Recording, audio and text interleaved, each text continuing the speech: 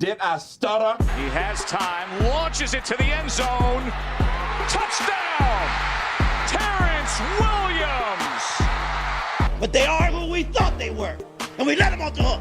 The 2011 winner of the Heisman Trophy is Robert Griffin III, RG3! Welcome to Up Tempo on SicEm365 Radio. Langoliers, base hit to center, and the Baylor Bears win their first Big 12 tournament championship. Their fat little girlfriends are telling them what they want to hear, which is how great you are.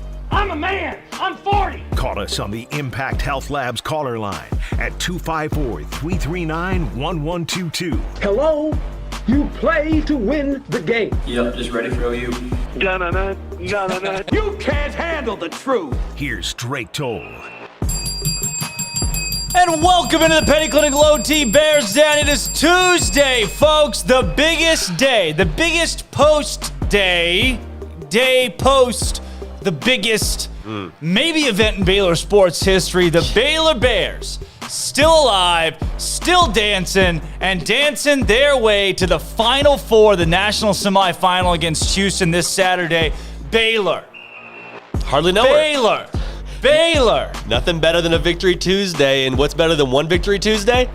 Two Victory Tuesdays. What do you say we do this whole thing next week at this same time talking about another Baylor victory in, I don't know, national championship game? Does that work for you? Also, think about it. Our second show in 24 hours. Second. How about that? We were just here like 5 hours ago. I know. We were just here. We didn't leave the studio until like 6 a.m. yesterday, following Baylor's win as they knocked off the University of Arkansas Razorbacks 81-72, the final score in that one. The Baylor Bears punching their ticket to the Final Four for the first time since 1950. History, consider yourself made. It's the morning after. I kept waking up last night. I couldn't sleep easy. I kept waking up and be like, all right. It was a dream. And it wasn't a dream, Baylor fans. The Bears, they're still dancing. They're still moving on. They're still dancing. They're still moving on. They're still, I think their best game, in my opinion, I think is still out there. I don't think we saw the best from this Baylor team yet. I mean, it's hard to improve on 53% beyond the arc, but there were times in that game where we're like, come on, Baylor, just keep your foot on the throat a little bit. Like, I think the killer instinct is developing. I think we saw more of it, but I think this team still has more in the tank, so I'm excited. They're peaking at the right time, and like you said, baby, the music is still playing. Let's keep this thing going.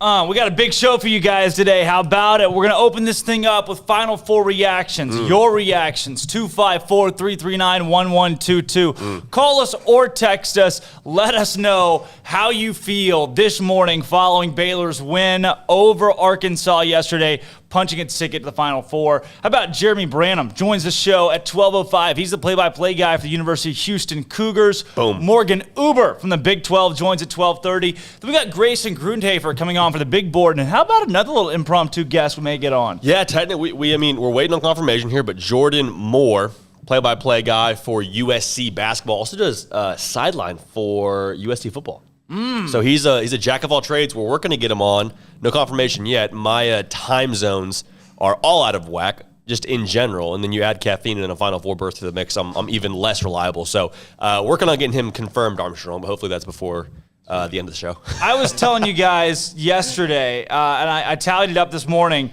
I had 1,054 combined milligrams of caffeine yesterday. Golly. How do you feel today? I was so awful, horrendous. Really? I was so nervous about that game just because, I mean, it's Baylor and Arkansas, you know, and we talked about it all week that I grew up in Arkansas native. Yeah. I mean, the inner war between who do you root for, who do you go for, and what happens, you know, is it a win-win or a lose-lose? And it was a win-win with Baylor taking their first Final Four since 1950. Yeah, man. I mean, I can't imagine for someone like yourself that has to bear the weight of two fan bases.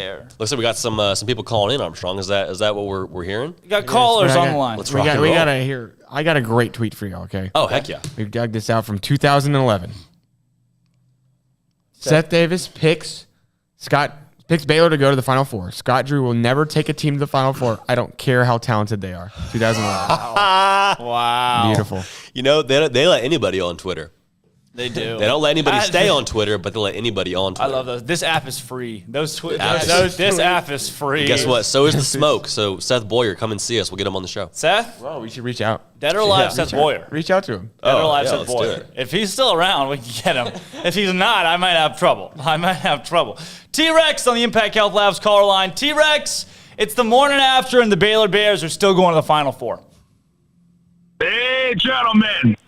Yeah. It wasn't a dream. It wasn't a dream. It was a dream. It was reality. Hey, I just saw that tweet from, is it Ryan Boyer? Never heard of her. He won't like my retweet, though. But yeah, looks like 9 years ago or 10 years ago, I guess, his prophecy did not get fulfilled because we are in the Final Four, Ryan. How you like how that works? Anyways, man, I'm so pumped about this win. I had to take a shot this morning at 10 a.m. It might have been the Moderna shot, round one, but it's a shot nonetheless. Yes, sir. Hey! Like spring break in Cabo. Wow. What? Hey, spring break in Cabo, it's always spring break in Cabo when your name starts with Baylor and ends with national champions, here we come.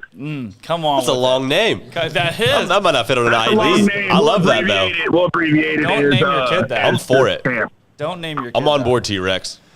T-Rex, I want to know, how did you celebrate last night? What was your Final Four celebration?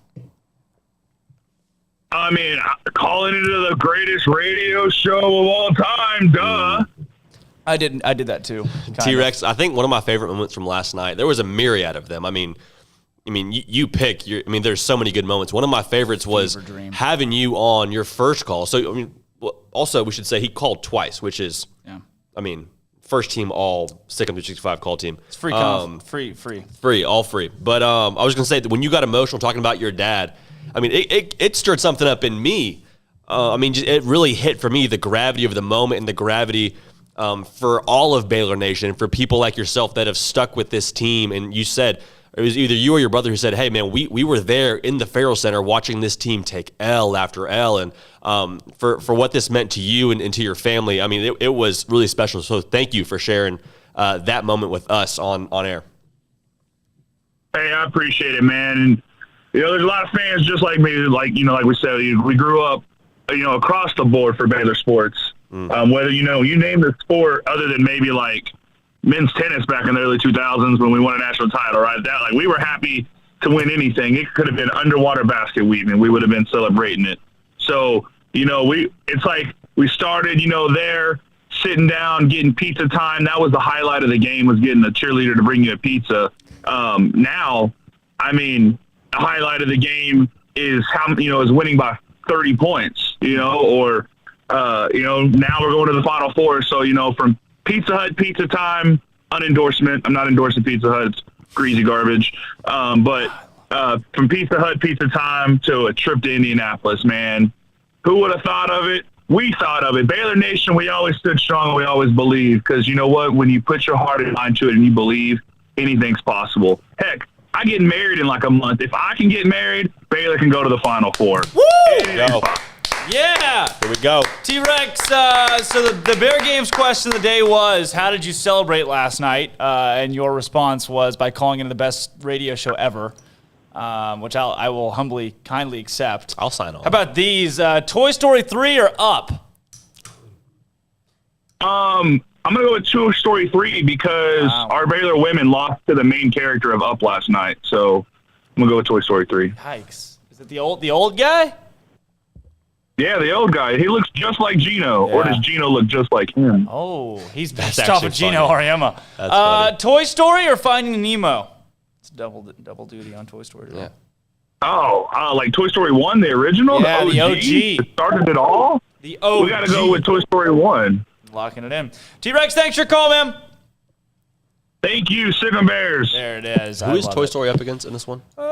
Finding Nemo. Ooh, tough matchup. Tough draw. How about we got G-Dub on the line and Steven from Virginia as well. How about before we get to those, though, last night's performance, 81-72 against the University of Arkansas.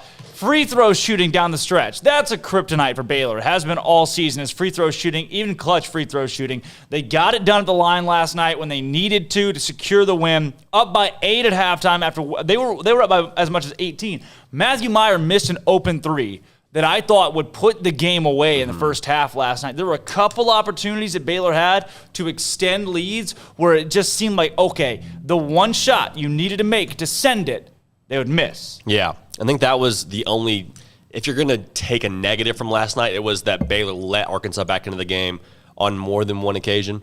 But as a whole, the fact that they were still able to not make it super close down the stretch, they were still able to like let them back in then pull away, let them back in and pull away. And I want to see Baylor be able to pull away and just keep that foot on the throat and finish the game. Like I think once they do that, then we can say, okay, you know, we're a force for a while now, because that's a characteristic that you develop over time. And so the fact that they're continuing to get closer and closer to it, I think is encouraging. But I'm with you, man. You got to just keep the man down, because if you let Gonzaga back in the game, I mean, they're taking advantage. Gonzaga's not going to let you go up by 15 twice. No, without a doubt. G-Dub, how about G-Dub? What's going on, man? Thanks for calling today. Baylor Bears in the Final Four. Dude, I couldn't call in last night because I wanted to listen to Steven and T-Rex and hear all their stories, because I'm not as old as they are, and I was too young for those bad times. I started around 2012 with my sister. Actually, 2009 when my sister started going to school there. So I don't have any of those bad memories like they do, but it still feels unreal to me. Yeah, It is unreal. It's wild. I mean, you only 4 fan bases get to follow their team to Indianapolis this year and still root for this team this far into things. It's unbelievable, the feat that Scott Drew has accomplished with this. G-Dub, is it just as sweet this morning as it was last night? Oh yeah, I could barely keep from screaming and waking everybody up in the house last night. So I had to calm myself a little bit, but I couldn't.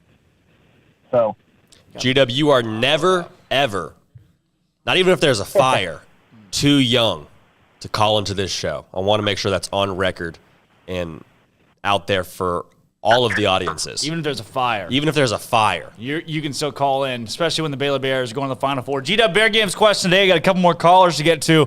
How did you celebrate last night? I had to drink a Dr. Pepper. Yeah, a little bit of ice cream in there, a little bit of Dr. Pepper float. Love it. Yes, sir. A little bit of Waco's finest. How about this? Toy Story 3 or Up? Up. Up. All right, lock in Up. That's 2 votes for Up. Toy Story 1 or Finding Nemo? Toy Story. Toy Story. Locked it in. Okay. That's two votes for Toy Story. There it is. Hey, G-Dub, thanks for your call, man. Always love hearing from you. Call in tomorrow again. All right. Yes, sir. See you, Sweet. G. See you, G-Dub. How about Steven from Virginia? Steven, we got a lot on the phone lines today, but I tell you what, we got to hear from you. What's going on, man? Hey, guys. That was a really great game last night, and I'm still really excited, and it took me forever to fall asleep. I don't know if y'all fell asleep soon. Nope. I asked Armstrong to watch over you last night, Drake, because I consider you like my little brother from a distance, and I just wanted y'all to party as hard as humanly possible. Yeah. So I wanted us all to be able to celebrate last night. Armstrong, and, you were my guardian angel. was- Thank you. Thank you for your service. Armstrong's giving a big thumbs up here. We partied safe and responsibly last night, but we partied hard. That was a big, big night for Baylor Nation. It's just such a great thing. And, I think the fact that it was a really close game for the most part, Arkansas closed the gap, and it was pretty close until Baylor pulled away late. Yeah. The way that Baylor-Villanova was close and that Baylor pulled away late. And it's great because it keeps you into the game, and it's really intense. And then the end, they just pull away. I mean, Maceo picked the perfect time to hit a couple of big threes. Huge. And Kahunas. I look, on the horizon, I look at Houston the same way as that kind of game, where it could be a really close game, but Baylor could pull away late because they shot the lights out against Arkansas, to a degree. I mean, J.D. brought it up last night, 53%, and they had shot not particularly well the last couple of weeks. And, in fact, against Villanova, I think the point I wanted to make was that Coach Drew came out in the locker room and said, no more threes, attack the bucket. And the last thing on that note is there's not a defender in this tournament that can stop Davion Mitchell. And I called it. I thought Jared Butler was the best player in program history. I was wrong. He's not even the best player on his own team. Davion Mitchell is the engine that makes this team go on defense, because when he wasn't in the game, the defense intensity was not the same. And on offense, because no Arkansas defender could stop him from getting to the bucket. He gets to the bucket at will. He is such a good athlete. Like, beyond even just being a good basketball player, a lot of times you see guys that are great athletes. They compensate by being, like decent skill-wise at basketball. Davion Mitchell is both. And you watch him move out there. He moves like a strong safety. Well. Like, you see him just make such instinctual plays, and then he shoots the lights out. He is special. He is special. Can't stop him getting to the bucket. Hey, Steven, got to get to the Bear games here. How did you celebrate last night? So I did two things. The first thing is I got Blem for real, and I called in the post-game show, and I said how I felt. Yes. Yeah. Drake reference. I love it. The second thing I did was, after I calmed down, I watched the Showtime documentary about the scandal. Wow. I know that it's probably only 70% true, but I wanted to go back and live in that moment again. Because I lived in that moment in real time. And I'm actually getting emotional right now thinking about it, about how upset that all made me. And the fact that we're here where we are in this moment is what's so amazing, is we went from there to here. And, you heard Coach Drew say it last night. We want to give all the glory to God first. And that's the kind of program I want to be associated with on a personal level, whether we're in the Final Four or not. And I gotta go. I'm getting choked up. But I love you, Steve. Later, guys. It's a great day to be a Bear. I'll see you later, Steven. Thanks, man. Call me later to play the rest of the Bear games. But, wow, to watch that documentary after that game last night, wow. Am I a loser for not knowing there was a documentary? Yeah. Yeah? A little bit. What's it called? It's the Dave Bliss documentary. Goes all through the Baylor. It was pretty big there. Really? For a little bit. Yeah, when did it come pretty out? recently. I don't know. I need to watch it. Yeah, I'll find that for you. Okay, yeah. I'll mail it to you. Hey, I'll come over to your house and we'll watch it. We're going to be neighbors as of today. We're going to be neighbors. Moving my bed in today. JD and I are such good friends on and off the air. JD's moving in beside me. Yep. After last night. Last night, we shared a moment. Moving in. So terminate the lease. We're going to be neighbors. Got a couple of new callers here for us. Philip Shelley's calling in on the Impact Health Labs call line. So is Lance Smith. Philip, we'll start with you. Philip, what's going on? Good morning. I mean, it's Tuesday morning, one sleep away, and it wasn't a dream. Oh, man, it was a dream. It felt like a dream come true, man. I worked for Coach Drew for 4 years, man, and seeing this come to light, and I was there when we won the NIT and seeing him go to a Final Four and Coach Tang and AD, Coach Moltra and those guys, man, it was a dream come true for me for sure. So, Philip, what was, your reaction as somebody who said you work for Coach Drew and have been around the program? What does this mean to Baylor Nation? Can you put it into words for yourself? It just shows relentlessness. You see Coach Drew and you see his passion, and when you were around him every day for 4 years, and you just see that, it's just joy. You see Coach Tang post about it all the time, the culture of joy, and it just bleeds through. And I think for Baylor Nation, it's huge.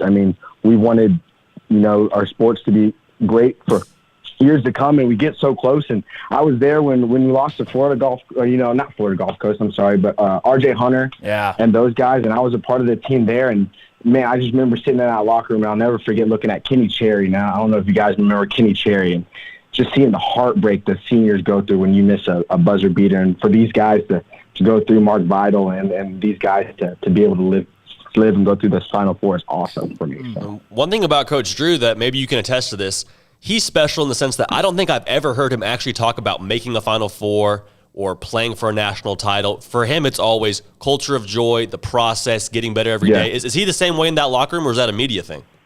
Oh yeah, no, he's as genuine as it comes. I mean, to this day, he still checks in on his staff. I mean, guys that have worked for him. For me, myself, he still checks in, and he's about betterment of people and making sure that beyond basketball, that everyone is successful that comes through that door. And so he's the most genuine person I've probably ever met, is for sure. So, Philip, how did you celebrate last night? Our Bear Games question of the day. What was your big celebration? Man, I get in trouble. I got a newborn at home. I got a 2-week-old and a 1-year-old. Oh, and my girlfriend gets mad at me when she doesn't understand the passion yet. She's 3 years into this Baylor thing with me, so she still doesn't understand. But there was some yelling and screaming at that TV, and then some tears and just some flashbacks of memories. You know, I've got on my wall in my living room just the rings that I won while we were there, the NIT. I mean, that was a big thing in 2013, was winning the NIT, and now we're in a Final Four, you know. And a lot of people forget that. The NIT was a huge deal for that program, for our program, a couple of years ago, and now look at what Coach Drew has done and that staff. Wow. So cool. Unbelievable. Hey, how about this, Philip? Toy Story 3 or Up in our other Bear Games question of the day? My daughter is on an Up thing right now. It's the weirdest thing. My girlfriend bought her the movie, and that's all we watch. So okay. Up for sure. Up it is. Toy Story 1 or Finding Nemo? Ooh, that's a tough one. I'm gonna go Toy Story 1 on that. That's a classic. You can't go wrong with classics. Toy Story is locked in. Yeah, Another one in. good one. How about this? Say, Philip, thanks for your call and sharing kind of your thoughts on last night's win. Man, it's always good to hear from those that have been in and around the program, and that means a lot to hear from you today. Yeah, man. Hey, and SicEm Bears, we got a big game. Everybody better lock in this weekend. Oh, it's go time. Let's get it. Lock it in. Let's go to a national championship. Thanks for your call again, Philip. How about we'll roll right from that? How cool is that, though? That was awesome. I felt like we were doing we had a special guest on. I know. Somebody that had been in and around the program, and I'm just looking on Twitter right now still, and the hashtag SicEm, they put the BU on it. They put the BU. So really? If you tweet hashtag March Madness, it puts a basketball goal. Hashtag SicEm has a BU logo on it on Twitter. I'll tweet that That's right now. unbelievable. About Lance Smith. Lance, what's going on, man? From line camp leader to Final Four. How about it? Hey, how's it going, boys? What's up, Go? This is this is a day that Baylor fans have not woken up to in 71 years. So it's a great day in my book. Yes, sir. Yes, always a pleasure. And man, I just wanted to ask y'all, going into the Arkansas game yesterday, I just had an immense amount of confidence and just had the attitude of we're not going to lose, and never really faltered during the game. And I was curious, how do y'all feel about the Houston matchup, and what is it going to take from the boys to pull that one off? Well, one, I love that. I love that you had that confidence and that swagger being a Baylor fan, because I think I called that to action like a week or so ago saying, why don't more Baylor fans feel that way about their team? But, I mean, again, that's neither here nor there. I mean, in terms of this Houston game, I mean, I have the same amount of confidence as I did before Arkansas. Obviously, the I guess stakes are higher. It's a Final Four game, higher-seeded team. But, I mean, all that being said, this Baylor program is still the top dog, still is the better team against Houston. If they play their game, they should win this game by 8 to 10 points. Lance, I agree with JD here to a pretty. I disagree wholeheartedly. I think that I was going to try to find a hole where I was there's kind of this, but Lance, for me, looking at this UCLA team and Baylor's chances against Houston team and Baylor's chances against them, what I really like about Baylor, obviously their backcourt, how well they play. Houston's got a pretty solid backcourt as well. But I like that Baylor showed last night the pace of play can be really fast and high scoring, and they've still got that in the tank to play with teams like that, like an Arkansas or a Houston. So same as JD, I like this Baylor team by 8 or 9 points against Houston again. I think it's going to be tighter down the stretch. I'm sure Baylor is I think it'll be a little bit different in that Baylor finds themselves down at halftime, similar to Villanova. Houston's a really good early team, as we've seen in the last couple games. That's where I think the second half, though, Baylor controls the pace of play. They turn it on. They win by 8 or 9 points. It's a closer game than that, but Baylor via free throws is able to win it by that. What do you like in that, Lance? Oh man, I don't really know a whole lot about Houston, but what I do know is that they haven't played anyone like us, so that's encouraging. And they have played Tech, who is the most similar. But I mean, I think from based off their schedule, Tech is the best team they've played, and obviously we've beaten them twice. So I just don't think that they've seen anything like us yet this season. So I think that gives us an advantage. The depth too, man. It's a really good Houston team, but I think I like Baylor. Lance, Bear Games question today. How'd you celebrate last night? Oh man, just hanging with the boys. We had like a little confetti popper, but it wasn't a little. It was pretty big that we found and tried to shoot that off, but it turns out it was old and broken, so that didn't go well. But then just hung out and just relished in the victory in the Final Four berth. It's my favorite hot dog combo. How late did you stay up? How late you stay up, Lance? How long did you relish in that? I think I fell asleep around 2. Two. Okay. I was a 3 guy last night. Really? Lance, Okay, Toy Story 3 or Up? I think we're going to have to go with Up. I like that. Lock it in. Yeah. Toy Story 1 or Finding Nemo? Man, I'm a big fish fan. Just the sea creatures really fascinate me, and I gotta go with my fellow fish brothers. You know, I love it. Nemo. They're friends, not food. Lock in Nemo. Lance, hey, thanks for your call today and congrats. I mean, as a Baylor fan, man, congrats on a Final Four. Yes, sir. I thank you. Congratulations to y'all as well. Absolutely. Thanks again, Lance. I love that. That was awesome. Big fish guy. I hope these guys keep calling back. Lance, he's a big fish guy. He's a big fish guy. He likes sea creatures. He might be the biggest fish guy we've ever had call into this show. Come on, how about it? Marshall Burns on the Impact Health Labs caller line. Marshall, hey, it's Final Four time. Marshall, how about it? How y'all doing? Hey, y'all might want to watch your ears here for a second. In 3, 2, 1.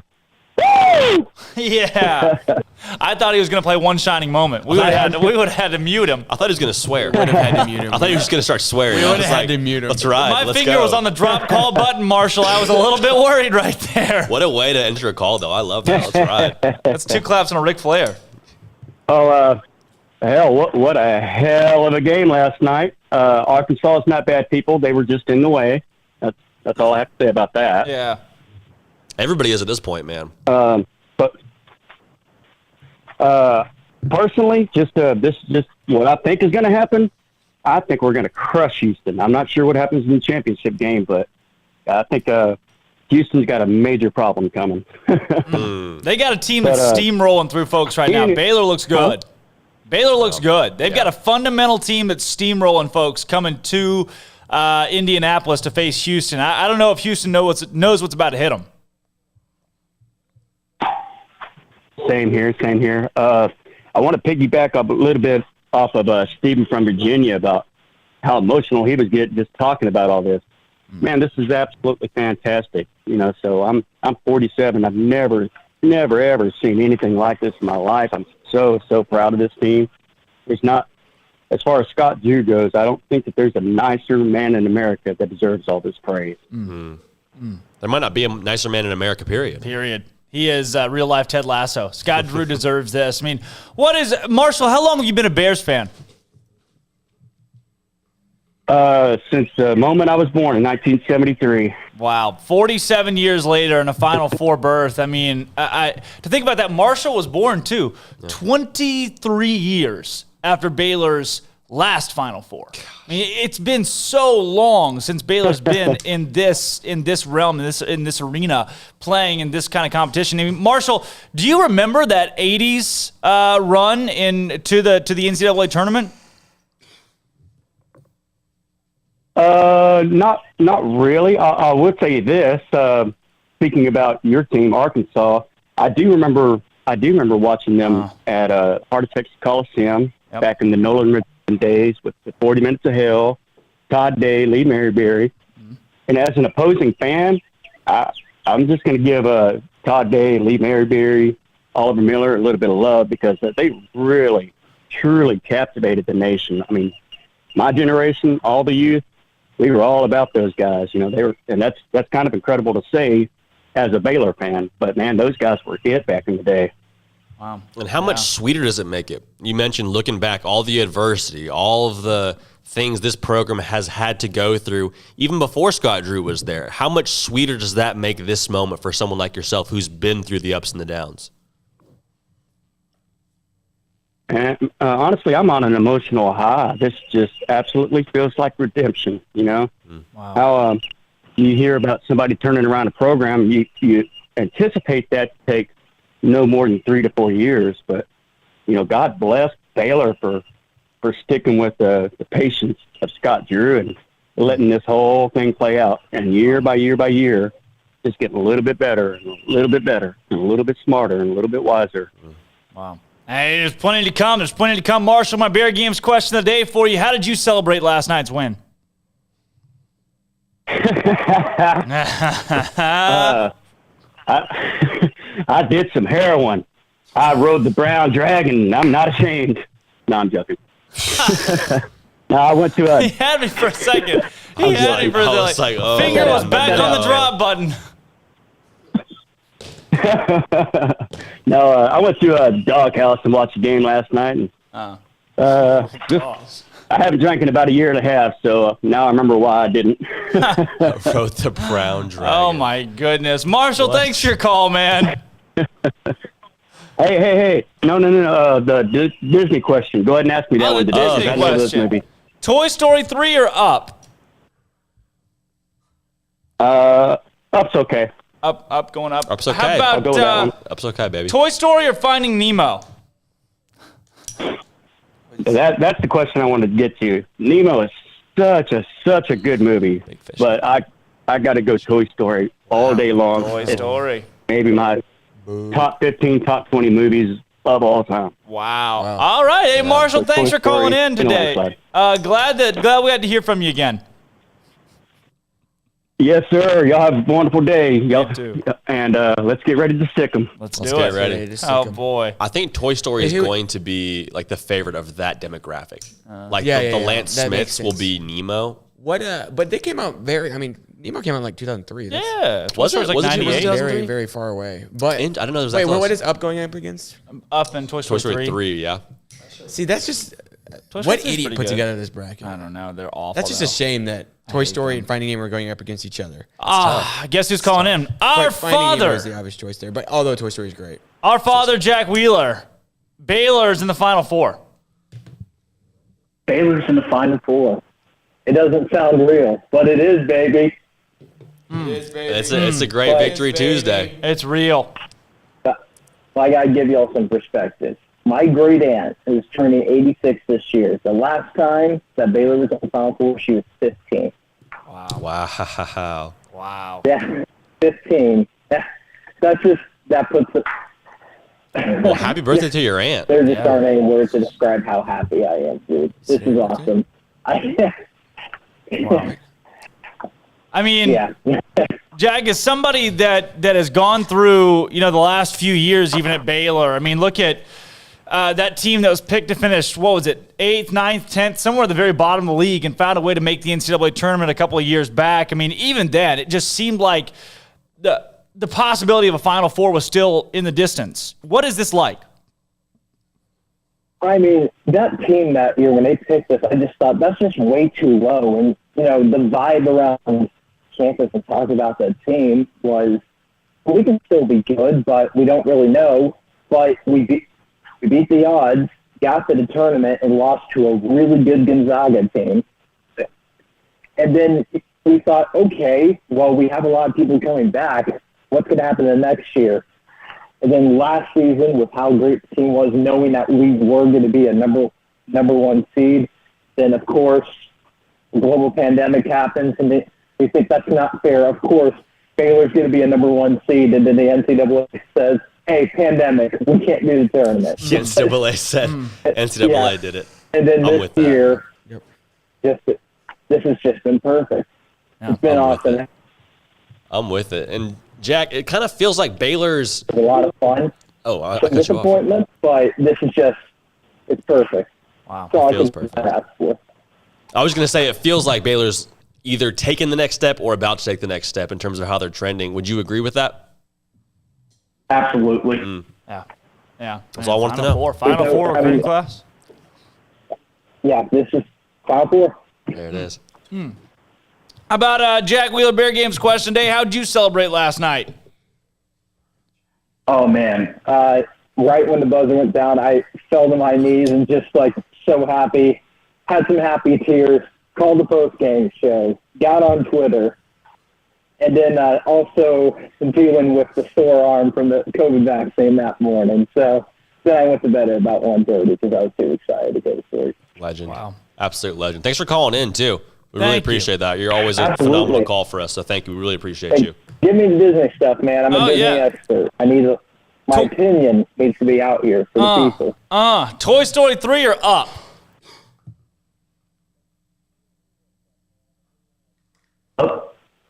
What did you? One more time, Jack. Toy Story 3 or Up? Okay. That's a tough matchup. I got to pick Up because they came up with a better love story in less than 10 minutes than the whole Twilight series episode. Good point. He's got a great point. Shots at Twilight. Toy Story 1 or Finding Nemo? This one just isn't even fair. I hate this bracket and that it's this early that those two have to go up against each other. The Finding Nemo is and always will be a great movie, so you got to go with Toy Story on this one. Wow, Toy Story locked it in. All right, hey, Jack Wheeler, thanks for your call, man. Congratulations on the Final Four. Congratulations on the Final Four, boys. SicEm Bears. Appreciate you, Jack. Appreciate you, Pops. We got one more call here before we hit a break, and it's Richard. Richard, let me tell you this. Richard, I know you've been a Bear fan for a long, long time, and you left a picture frame in our studio with one of the more famous dunks in Baylor history. And I'll tell you, I've been waiting to give that thing back to you, but I can't until Baylor wins the national championship. It's the good luck token right now. Well, keep it then. Keep it then. Only for another 7 days. We have that on record now. I'm wearing it. Okay. That's right. Let's make a copy. Beautiful. And we'll keep the copy. We'll keep the copy without a doubt. It was against Kansas, which was even better. But I was, I guess, about 2 weeks old the last time we won the championship or went to the 2 weeks old Final Four. So I have seen. I don't know. Have y'all watched Anger Management? Been there. Never watched it. Yeah, I finished. Yeah. I finished it in like a month and a half. Online. Where the guy was in the war for like 12 days or something, but he has seen some. You know what? Yeah. So I have seen that stuff over the years. So it was incredible. I even stayed awake to watch a game. And normally I can't even watch a game because I get too nervous. Wow. Worried about a heart attack or something. So anyway, it's incredible.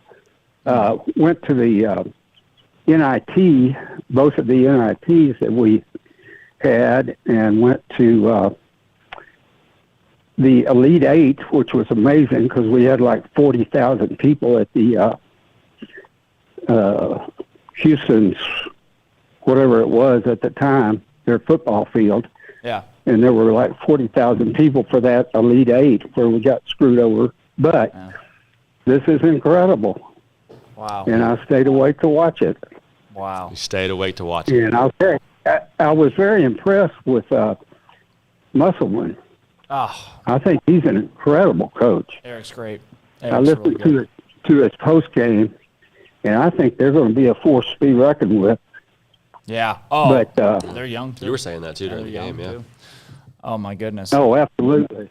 And it was amazing when Mitchell went out of the game how our offense and defense both struggled. So he's the straw that stirs the drink, without a doubt. Yep. Wow. So anyway, it's been great, and I even stayed awake. Richard, thanks for calling us today. We love getting perspective for those. You said you were 2 weeks old the last time Baylor made it to a Final Four, right? That is correct. Wow, that's unbelievable. Still a Baylor fan to this day and fought through so many years with so much heartache and pain to get here, and the reward is unbelievable. First time in 71 years. Richard, our Bear Games question of the day, how did you celebrate last night's win? I'm sure that you as late as it was, you were still feeling something. I couldn't go to sleep. Wow. So I can't remember. I started watching the post-game. Listening to the post-game show, and I got to sleep about 2:30, which is not my style these days. It used to be, but it's not these days. Oh, my goodness. They're cutting 20 years off you, Richard. I mean, they're making you young again. Well, I felt young. Wow. I tried to jump. It didn't work, but I felt good with it, Yeah. Got a pull muscle. But I'm okay. Hey, try that again this time next week. I think you might have a different result. Hey, you guys, Richard, 7 days of stretches, and then this time next Tuesday, you'll be able to hit a rim. All right. I'm ready. Wow. I'm ready. Thanks for your call, Richard. That means a lot to us that you'd call us today. Appreciate you guys. Thank you, Richard. That's awesome. 71 years old, man. A lifer. He's a lifer. 71 He's calling this years show talking about it. 71 years old. And he's waited this long for this. Here's a guy, and I'm so glad. There's a God. There's a God. Cam's on the Impact Health Labs call line. Let's go. From 71 years old, alive during Baylor's last Final Four, to Cam, who called in last night, 13 years old. Cam, are you just now waking up after last night's late win? No, I had to get up early and start schoolwork. No. That's the worst. No. What did schoolwork look like today for you before we get to your call? I finished most of it by now, but I had a math test that I'm working on. Hey, you text Drake and I will get you the answers to that math test. I'm in math class right now at college doing some cheating. box and whisker plots and resourceful. Quadratic formula. I still remember it. I know a song to keep it and everything. It's not that hard. It's just probability. Oh, probably. Okay, we do a SicEm Pickell and we talk about probability a lot. Yeah, illegally. Cam, how do you feel, being a young Baylor fan after seeing them win last night and go to the Final Four? It's the first big thing since, I guess, their football team won the Big 12 championship a few years ago. Yeah, Cam, how long have you been a Baylor fan, man? Oh, my whole life. Wow. Whole life, baby. Wow. Lifer. Born and raised a Baylor fan. He's a lifer. Cam's a lifer, too. And, Cam, do you remember that Baylor Big 12 championship football win, or is this maybe your biggest memory in Baylor sports so far? I remember we had the shared one where we shared it with TCU. And then we had where we beat Texas and Waco, and it was snowing a lot. I remember that one. Floyd Casey. Wow. Before they blew it up. Grew up on Baylor. Cam, I'm sure, are all your friends excited too? You grew up around a lot of Baylor fans? Yes. Or not really, only my family and stuff. But I'm sure they're excited, right? Yeah. Yes, sir. I love it. Hey, Cam, how about this? How did you celebrate last night? I know you got to call our show, but what was how did you feel? How did you celebrate? We just so happy, and I got to stay up a little later, so I guess that's how we celebrated. Yes, sir. Yeah, that's always a plus. Sir. That's always a plus. Hey, Cam, I know you've seen these. We're doing our Disney movie madness right now. Which is your favorite out of the two? Toy Story 3 or Up? Oh, I got to go with Up. Toy Story 3 wasn't my favorite one, but I loved Up. Yeah, Good Cam take, knows Cam. what's up. Good Cam take, knows Cam. what's up. Up is solid. Up is good. Toy Story 1 or Finding Nemo, Cam? Toy Story 1. Wow. Toy Story 1. Okay. Cam, you were raised right. A Baylor fan and a Toy Story fan. Going with the classics. Golly, Wow. I love this guy. Hey, Cam, thanks for your call, man. I got your message on Twitter last night. We're going to make sure we get you a T-shirt. Mm-hmm. All right. Sweet. Thanks, Cam. All right, bye. Bye. I want to get that as a sign off where he goes, all right. Bye. That's awesome. Yeah, all right. He is so cool. That kid is a freaking living legend. 13 years old, calling in the post-game show at, what was it, midnight on a school night? Like 12. Kid's an absolute 12, dog. 15. I think his Twitter handle is, I think it's Sports 101. Sports Or it's 1014-783-79, I think. He's awesome. I love so it. Cool. And to have Richard, 71 years old, to Cam, who's 13 years old. I mean, that's like a grandpa, grandson. One after the other. Generations of Baylor fans that are on board right now. I mean, we got callers range from 47, 71, 29, 13, all day today. Baylor Nation, no matter how old, like we said it. Yeah. There are people that are like, "Hey, this is not your grandma's show. This is not your grandparents' show. This right here, this is your grandparents' show. It's your grandparents' show, and it's your show, and their grandparents' show, and it's your kids' show, and it's your kids' show, your dog's show. And when your kids have kids, it's their show too. It's their show too. For the people, by the people. With the people. This is, I'm Drake Toll, J.D. Pickell, Armstrong Sims. Cole's in here with us today. We're going to hit a break real quick. When we come back, we'll do a little bit more recap on the men's Final Four run, and a little bit on the women's as well. And then at 12:05, we're joined by the voice of the Houston Cougars. This is Up Tempo. They're still dancing. For the first time in 71 years, the Baylor men's basketball team has punched its ticket to the Final Four as one of the last remaining teams in college basketball. And it's been a long time coming. The Baylor Bears are back in the Final Four for the first time in 71 years. The Bears used a strong first half to go up on Arkansas by 18 points before leading by just 4 on multiple occasions in the final period. But a couple of clutch threes and a 22-point performance from Maceo Teague was just enough to secure an 81-72 win in Indianapolis. I'll say it again, the Baylor Bears are advancing to the Final Four. As far as their opponent, Houston knocked off a scrappy Oregon State team 67-61 after being outscored by 11 in the second half. The Bears and Cougars will square off Saturday at either 4 p.m. or 7:30. On the women's side, a blatant no call decided the final play of the game as Baylor fell to UConn 69-67. Stars such as LeBron James even tweeted their dismay for the final call that ultimately put the Lady Bears away. Alyssa Smith finished with 14 points and 13 rebounds, while the Lady Huskies' Paige Beckers had 28 points and 3 steals. Baylor's season concludes after 2 Big 12 championships, an Elite 8 berth, and a 28-3 record. Elsewhere, Oklahoma State has extended head coach Mike Boynton's contract for 7 more years after the success of their program this season.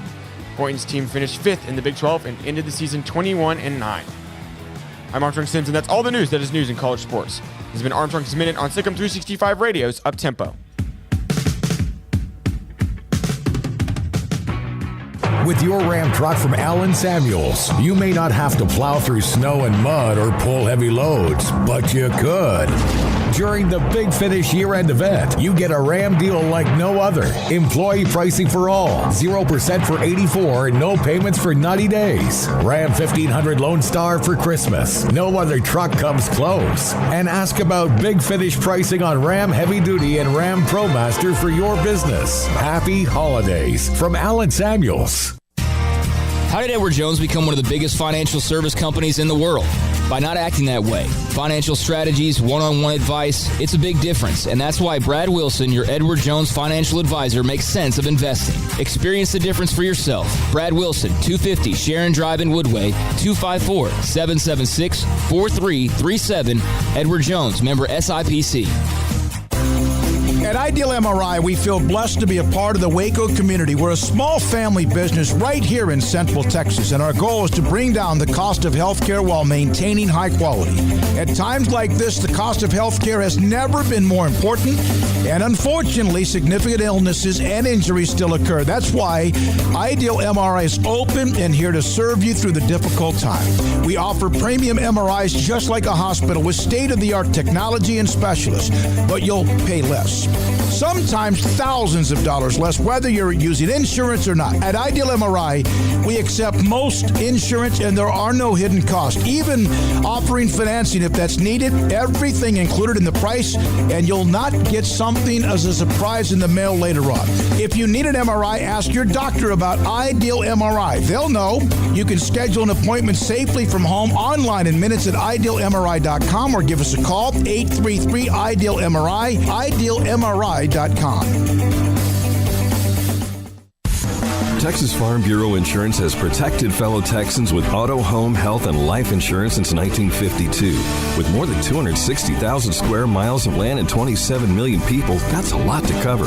Whether you're wrangling cattle or wrangling kids, we're proud to protect Texans in all Texan ways of life. Stop by and see our agents at one of our 3 McLennan County locations. Coverage and discounts are subject to qualifications and policy terms and may vary by situation. Waco Custom Marketplace is your home for holiday favorites for parties and the time with family. Various specials available in-store and online. A variety of steak gift boxes with 4 ribeyes for $70, 4 bacon wrapped fillets for $55, or 4 New York strips for $50, and all come with steak butter. Fall snack box for watching a game or wrapping presents or hosting people at your house, including summer sausage, split horn, and jalapeno cheese, and salted crackers for only $35. 2 pieces of lobster tails with herb butter and 2 bacon wrapped fillets for $60. Order online or call in advance to ensure availability, or drop by Waco Custom Marketplace at 425 Lake Air Drive. Waco Custom Marketplace has a full-service butcher shop for customized orders or cuts of your favorite steaks or beef tenderloin or specially ordered prime rib roast. Plus, what you want with pork, poultry, seafood, and more. Waco Custom Marketplace, 425 Lake Air Drive in Waco, or WacoCustomMarketplace.com.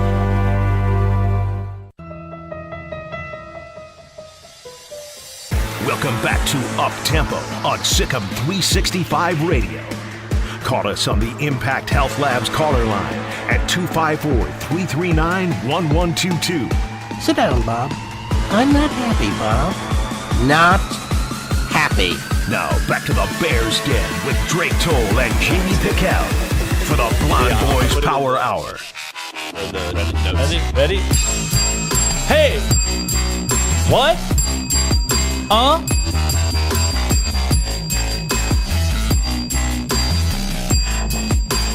And welcome back into the Petty Clinic Low T Bears 10. I'm Drake Toll, J.D. Pickell, Armstrong Sims, Cole Andrews in here. Not to be confused with Nate or Cole Roberts. He is neither of those people. We have gone through the ringer, and we have found out a lot about Cole over the last break. That was our break. It's on me, Nate. How about it? Baylor wins yesterday, 81-72. The women fell on a really close, not good call. Yeah. I'm having a very bad call. Yeah, you got the king of basketball, LeBron James. Arguably the greatest player of all time, saying, come on, man, that's a foul. Very arguably. LeBron knows what fouls are. Why don't you, NCAA refs? Come on. Someone called and said 3-on-5 one. Yeah, someone needs to get fired. Someone needs to get fired right now. Yeah. Fire them. And never mind, I'm not going to say that. All right, we got Paul on the Impact Health Labs caller line calling about victory in Jesus. Hey, Paul, what's going on? Hey, guys, how are you doing tonight? Today, I guess. Paul, they blend together right now. Yeah. I'm still in I'm on cloud 9 after last night. I'm sure you are too. Absolutely. I came to Baylor in 1976, so I saw plenty of games at the old Cow Palace. And, I never thought I'd see a day like this. And I remember when we went through those series of presidents, and someone said that, we needed to invest in athletics because you couldn't buy advertisement like that you get with a major sports program. And then I remember walking into a hotel in Greensboro, North Carolina, and seeing on the national news, the primetime national news, a story about Baylor basketball shooting the players. And so at that point, you pretty well thought everything was dead until they brought in Scott Drew. And what a remarkable rebound. I mean, if that's not the story of sports, the absolute redemption story, I don't know what is. I mean, it's an amazing story, the staff around him, but more importantly, the way he's been able to do it. The right way. It just gives a lot of hope to all of us, and look forward to seeing the Final Four. I will say that it's going to be, I think, a great run. I mean, U of H has not had anybody hit the single-digit seed. Baylor's kind of marched through it, so I think that we have a great advantage. At least making it to the finals, and we'll see what happens. Battle tested. I mean, were you not emotional last night after all of this program's been through everything you just talked about? Oh, yeah. I mean, I had a good friend that used to be president of the Bear Club that passed away years ago, and I just kept on thinking about him. Thinking, he didn't get to see this moment. And, I just think it's a remarkable story. And I think for the Baylor Nation, it's fantastic. I mean, I think that we've kind of gone through some things over the years, and we kind of get dismissed. And I just think it's remarkable. Paul, I was mentioning on the post-game show last night, I mean, this is for those that the Bears that didn't make it. You know, the Bears that were fans for so long and cheered on this team through the good times and the bad, more bad than there was good for so long, that have passed away before this Baylor Final Four run. I mean, this is for those Bear fans too. And I think it's a bittersweet moment in that regard, and I know it means a lot to folks out there who talked about yesterday, their parents, their grandparents. You know, if only my mom was here to see this. You know, we heard a lot of those calls, so I'm glad that you mentioned that. You know, this is for the Bears that are here and the Bears that are gone, Bears past. So, Paul, you said victory in Jesus. I want to know, you know, the faith of this team and Scott Drew and how vocal they are about their faith. What does that mean to you? Well, I think it means a lot. I mean, number one is those guys actually mean it. I mean, you can see it, how that team's built. And there's no other, I mean, I shouldn't say there's no other. I can't say that. I don't know of any other school myself that's done that with the coaching staff, and those guys have bought in. I mean, I think it's remarkable. And I used to be a Baylor debater, and we had a debate coach that always, when we'd go into debate runs, would just kind of bellow out, victory in Jesus. And it was kind of a joke among us. And last night to our group that's out there, I mean, that was the first thing I posted up, victory in Jesus. I mean, because we were really successful as a debate team for Baylor, and it was nice to finally see kind of coming home in a round circle that was athletics. And, you know, you just have to thank Ian for making the hires, thank Mac for being here to continue it, and then thank, of course, the coaching staff and the players that bought in. Wow. Talk about using your platform to glorify the creator. Oh, man. None better than Scott Drew in this program, man. Special. Baylor was trending last night on Twitter. Baylor's trending number one in the world. Golly, and Baylor all you saw when you clicked on that was they won the game and they were kneeling in prayer afterwards. I mean, that is just so special and such a cool example. I know. It's a remarkable story. And, you know, and I think it was even more incredible after we got screwed to the wall and the non-call down in San Antonio. You know, I mean, you just kind of had a bad feeling going into that game as a fan. Is something bad going to happen to the Bears tonight on the men's side after what happened with the women? But in the end, they punched their ticket to the Final Four, and that leads to the Bear Games question of the day, Paul. How did you celebrate last night? What did your celebration look like? Well, I'm pretty boring. I actually turned on YouTube and watched you guys from postgame. I don't know how boring that is. I think that's maybe the best thing you could have done. We had a blast last night. It was the after party. We were the after party. It was great. It was great to see the postgame and you know, kind of be with the other Baylor folks on there. And I think you guys did a fantastic job. Well, thank you for tuning in, and thank you for calling in. Please keep calling. Hey, that means a lot that you call us today and give us those tidbits, Paul. I really love that and appreciate this. You bet. Wow. Thanks again, Paul, for your call. I mean, those right there, you're expanding. I mean, that's now 71. Paul, it's 62, 63, 47, 29, 21, 13. I mean, across the board, Baylor Nation is just happy today. It's a broad audience that calls into this show. It is just a broad audience, if you will. I'm just so grateful that we get to be able to have some sort of commentary on a moment in history and to have people be able to call in and give their voice to such a special time that obviously it just impacts so many. Some of these Riverbend Liquor and Wine text line comments. This said, I cried last night. I was there in 2003 when Scott Drew arrived and can't believe it. 18 years in the making. Baylor's going to the Final Four. Those are healthy tears. Those are long overdue tears. And it won't be the last time we see this team in the Final Four with Scott Drew. I will venture to say that. Jack Wheeler said, Drake, so glad you chose the Baylor Bears. Still feels like a dream right now. I can't believe it. There's so much joy. And getting the COVID vaccine this morning, and we're going to the Final Four. What a day, what a day. He's 2-0.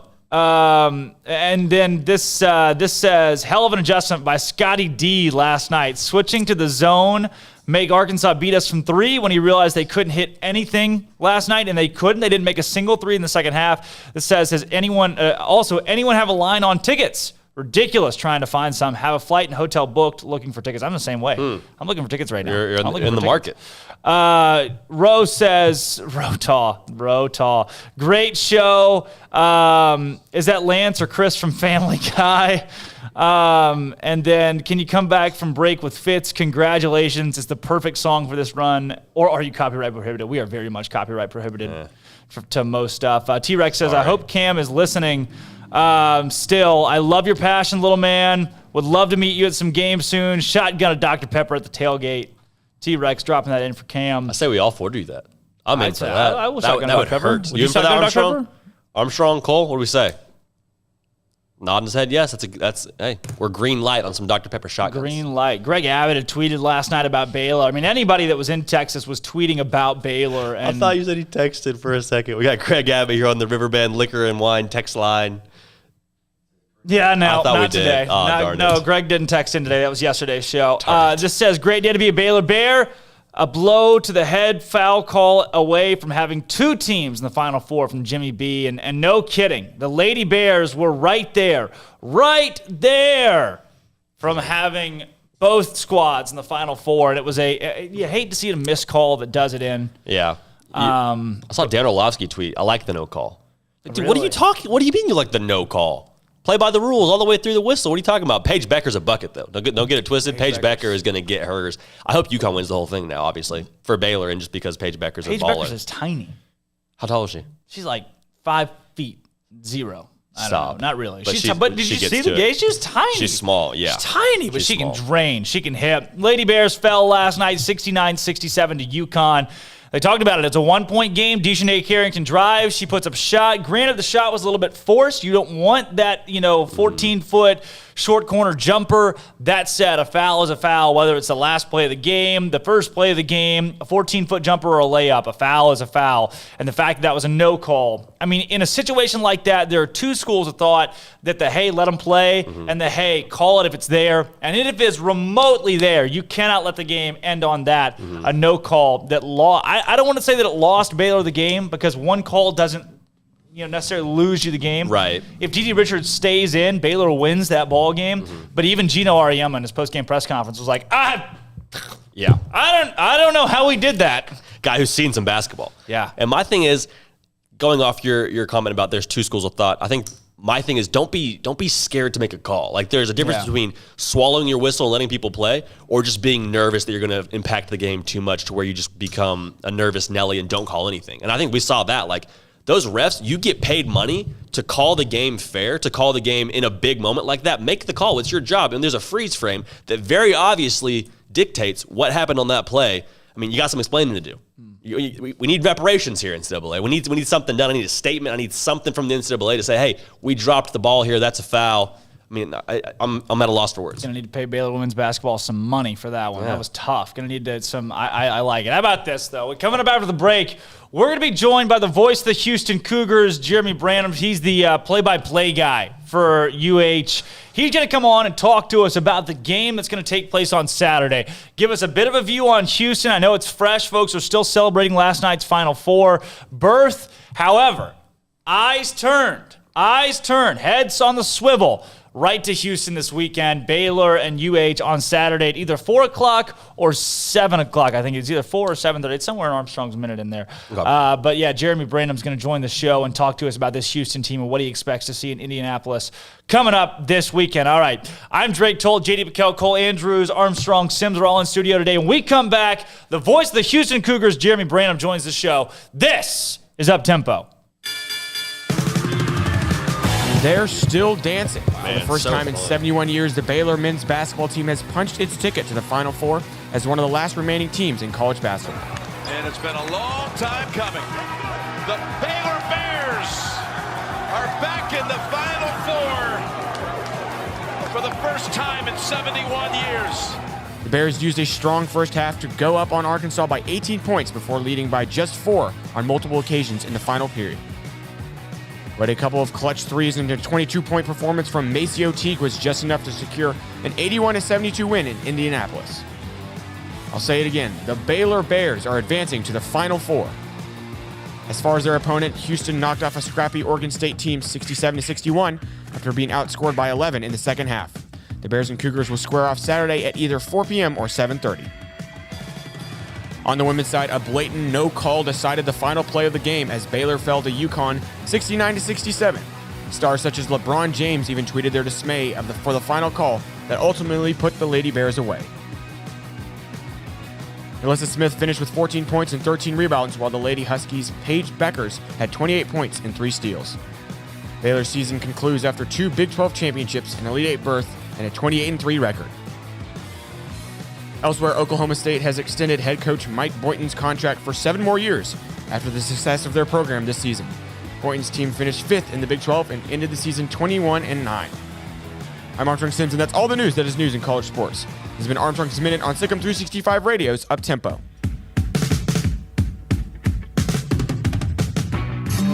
With more than 160,000 alumni worldwide and counting, the Baylor family is growing.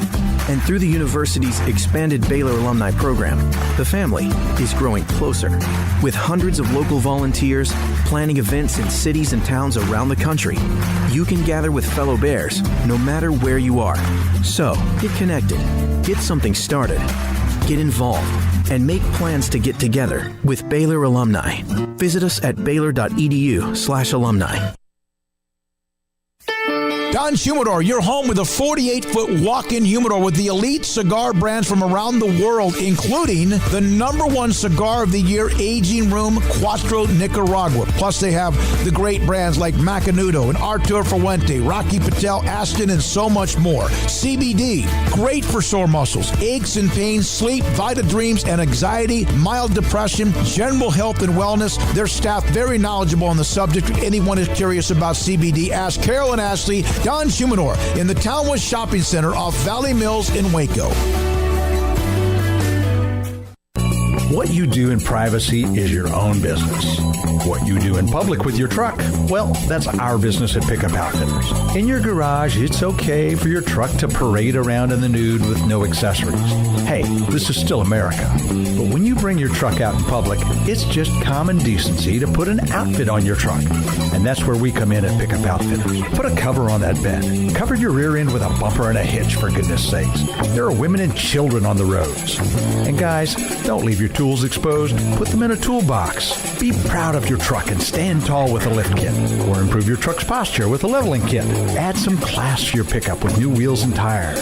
Or dress up for a date with your new RV or boat with a fifth wheel or a receiver hitch. At Pickup Outfitters, we're dedicating to making the roads decent for all Central Texans. So when taking your truck out in public, remember your manners and accessorize it properly with an outfit from Pickup Outfitters.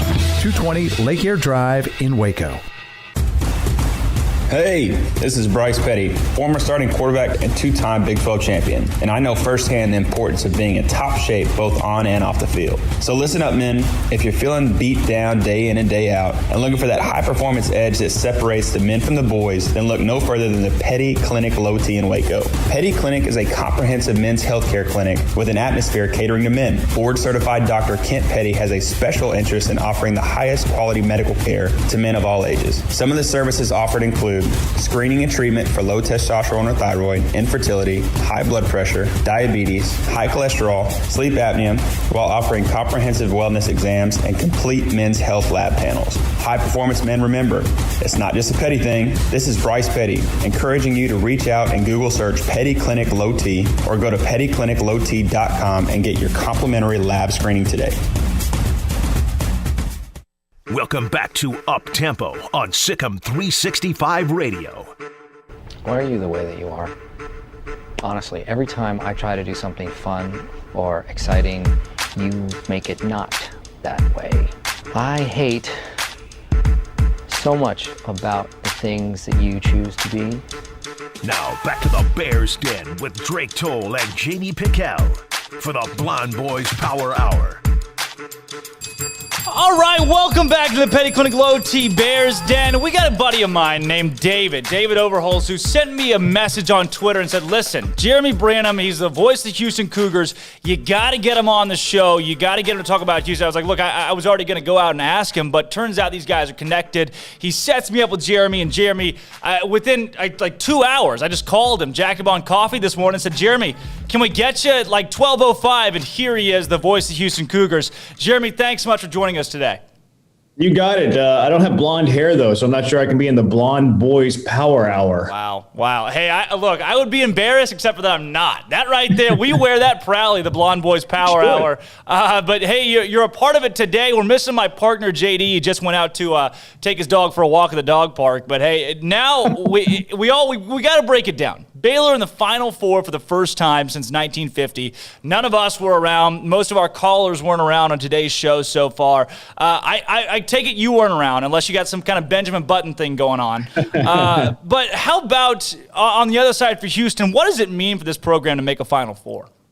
Yeah, I wasn't around for the Houston Final Four last time they were there either. So it's real exciting from, both sides of it. I've always been an admirer of Baylor from afar. I've really liked the program. Mack Rhodes, former AD, was at Houston, really loved what he did there. In fact, hired Kelvin Sampson. So, and he's done a really good job at Baylor. So it means a lot, especially with, what they've went through. There is history with the Houston Cougar basketball program, 5 Final Fours before last night, punching their ticket for their 6th. But they hadn't been there in a while. And it's kind of the road they've taken since 1984. And after Akeem Olajuwon and after Guy V. Lewis hadn't won an NCAA tournament game as recent as 3 years ago, since 1984. So it was just the highs and lows, the ebbs and flows, being at the mountaintop in the, the mid 80s, going into really a history where it was dormant for a long time. I mean, there was just so much apathy around the program to now getting it back to where it once was. It's pretty awesome. It's a very proud moment, for everybody associated with Houston Cougar basketball. For a guy like you, Jeremy, I mean, being here in Texas and following this Houston team, to have 2 Texas squads, they're going to square off, meet in the Final Four matchup. I mean, what does that mean in general for the state of basketball in this state? Well, I also follow high school prep sports, things like that too. And, they always say football is king, but I mean, this is the best state for athletes all across the nation. Like, I mean, you talk about hotbeds and universities and where they would like to be. We're better than Texas, whether it's football, whether it's basketball, whether it's baseball. We've seen for a long time that, maybe Texas universities don't get their respect when it comes to basketball because a lot of hoopsters from the Lone Star State were going other places. The top players were, going to the North Carolinas, the Dukes, the Kansases, all the blue bloods. But, I think if you keep a few of them home, if you come back home, maybe you kind of get an idea that maybe Texas is a lot better of a basketball pool than other places around the country. And I think you're seeing that when it comes to not just your Baylors and Houstons, but Texas has played well. Chris Beard at Texas Tech and his success. SMU has had a couple runs in the past. I want to know, Jeremy, with this Houston team, though, we're trying to get a good gauge of really who they are coming into this game on Saturday for Baylor fans that might not be familiar. From a 30,000-foot view, what can you tell us about this team? I think it's fair to call them Baylor light, to be honest with you. I think that they play a very similar style of basketball. They're good offenses, very good defenders, stingy, make it very difficult for their opposition. I've seen Baylor play a lot this year. Baylor, in my opinion, with Gonzaga, are the 2 top teams that I've seen play when they play their best. They're way up here. But the Houston Cougars are, that second tier behind them. They're capable of beating Gonzaga. They're capable of beating Baylor. They'll have to play well. But very similar styles, tough, gritty, physical, get after you on the boards, get after you defensively. And when they're going offensively, and they haven't been going offensively in the tournament, they've not had a great offensive game outside of Cleveland State. They can be really good offensively, too, when the shots are falling. How about Quentin Grimes? That's a name that we've heard thrown around all season long in the national media, not just locally. I mean, everybody's heard of this guy. What makes him so good?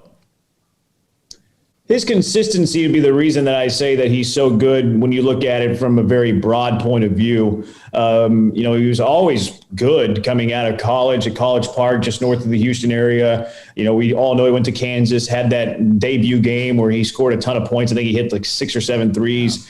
So he's always had the potential. It's always been there. He's always been somebody who has, a ceiling of being an NBA lotto pick.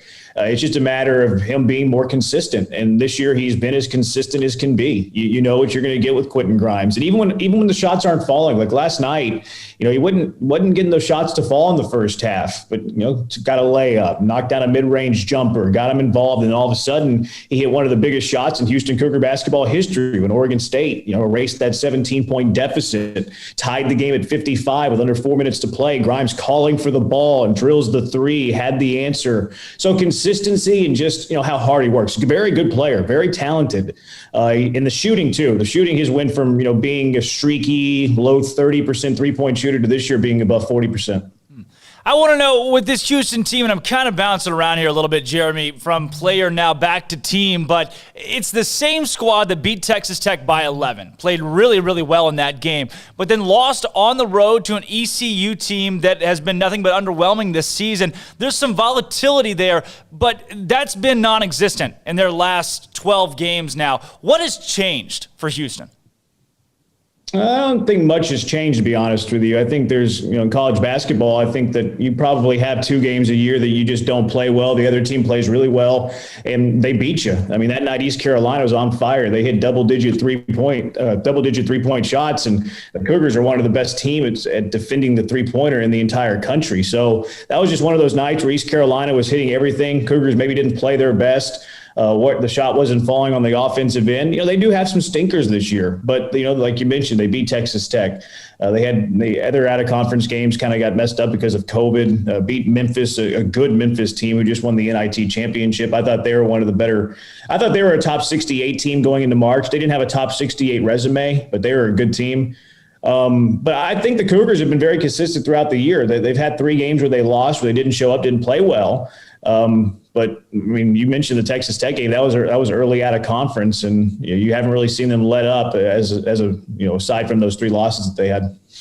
Turning it back, Jeremy, this team over the course of March Madness, when I think Houston this season especially, I think a team that likes to put up points and put up points at a high level. However, the last 3 games scoring output, 63, 62, 67. That's uncharacteristic from the outside looking in for Houston, but they're winning games. What can you say about the pace of play for this team? Their pace of play is slow. I mean, they're one of the bottom teams when you look at pace of play. If you look at KenPom efficiency and things like that, their tempo is in the 300s out of 360 teams, I think it is. So they don't play fast by style, but they'll run on you if you let them. I don't imagine Baylor will, but it's a team that they beat you in a variety of different ways. If they need to get into a shootout, they will. If you were going to slow it down against them, they prefer that. The very good half-court team. They like to get in the half-court set. They don't like to run up and down the floor in terms of being sloppy, turning the basketball over. They cherish possessions. I mean, if you're gonna have a possession, that they want to cherish it. They want to get a shot up, not a turnover. And then whenever they miss those shots, because they're not a great shooting team, they go get the offensive rebounds. And you mentioned in the tournament, they've not shot the basketball well. They've not had one shooting game that's been really good, which, if you want to play the law of averages, could be a good sign. But I don't know if I would do that going up against the Baylor defense. But their reason that they're so good in terms of offensive efficiency is because they get their rebounds, even whenever the shots aren't falling. Very good offensive rebounding team, top 3 in the country. They go get their missed shots. That was critical down the stretch in yesterday's win against Oregon State, getting to the Final Four. So they have some good players. When the shots aren't falling, they get active on the offensive glass. They get a lot of second chance points, and that's why their offensive efficiency is in the top 10 in the country. When I think, Jeremy, not just this year's Houston team, but I go all the way back to the Phi Slamma Jamma era, that people talk about in Houston Cougar basketball. And it seems like that maybe this team lacks that huge presence inside that's just 7'3", throw it down, force the ball to him. And Baylor's the same way. They have not played necessarily through a big much this season. What is Houston's philosophy when it comes to the offensive side of the basketball and playing through big guys down low?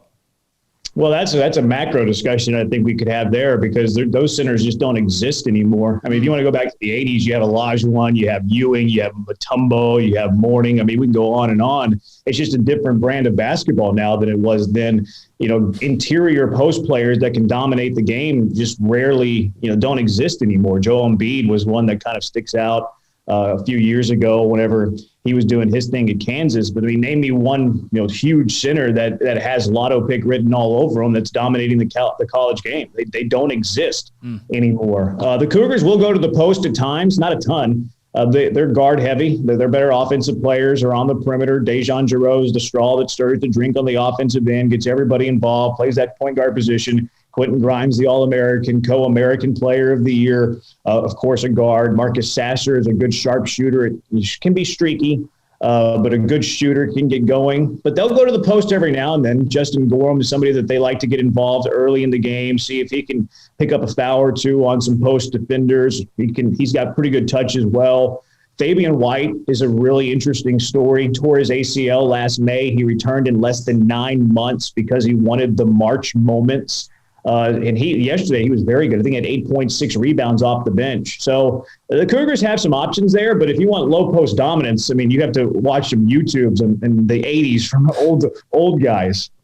Well, I'll tell you, I think we're all scarred here from Udoka Azubuike coming to the Farrell Center last February and just yamming on everybody. So it's a question we ask. We make sure that no team has Udoka Azubuike coming into matchups against Baylor. But with Houston, where might be their kryptonite? Where are some areas in which they still have to improve or could play better moving forward if they're able to move forward in the tournament?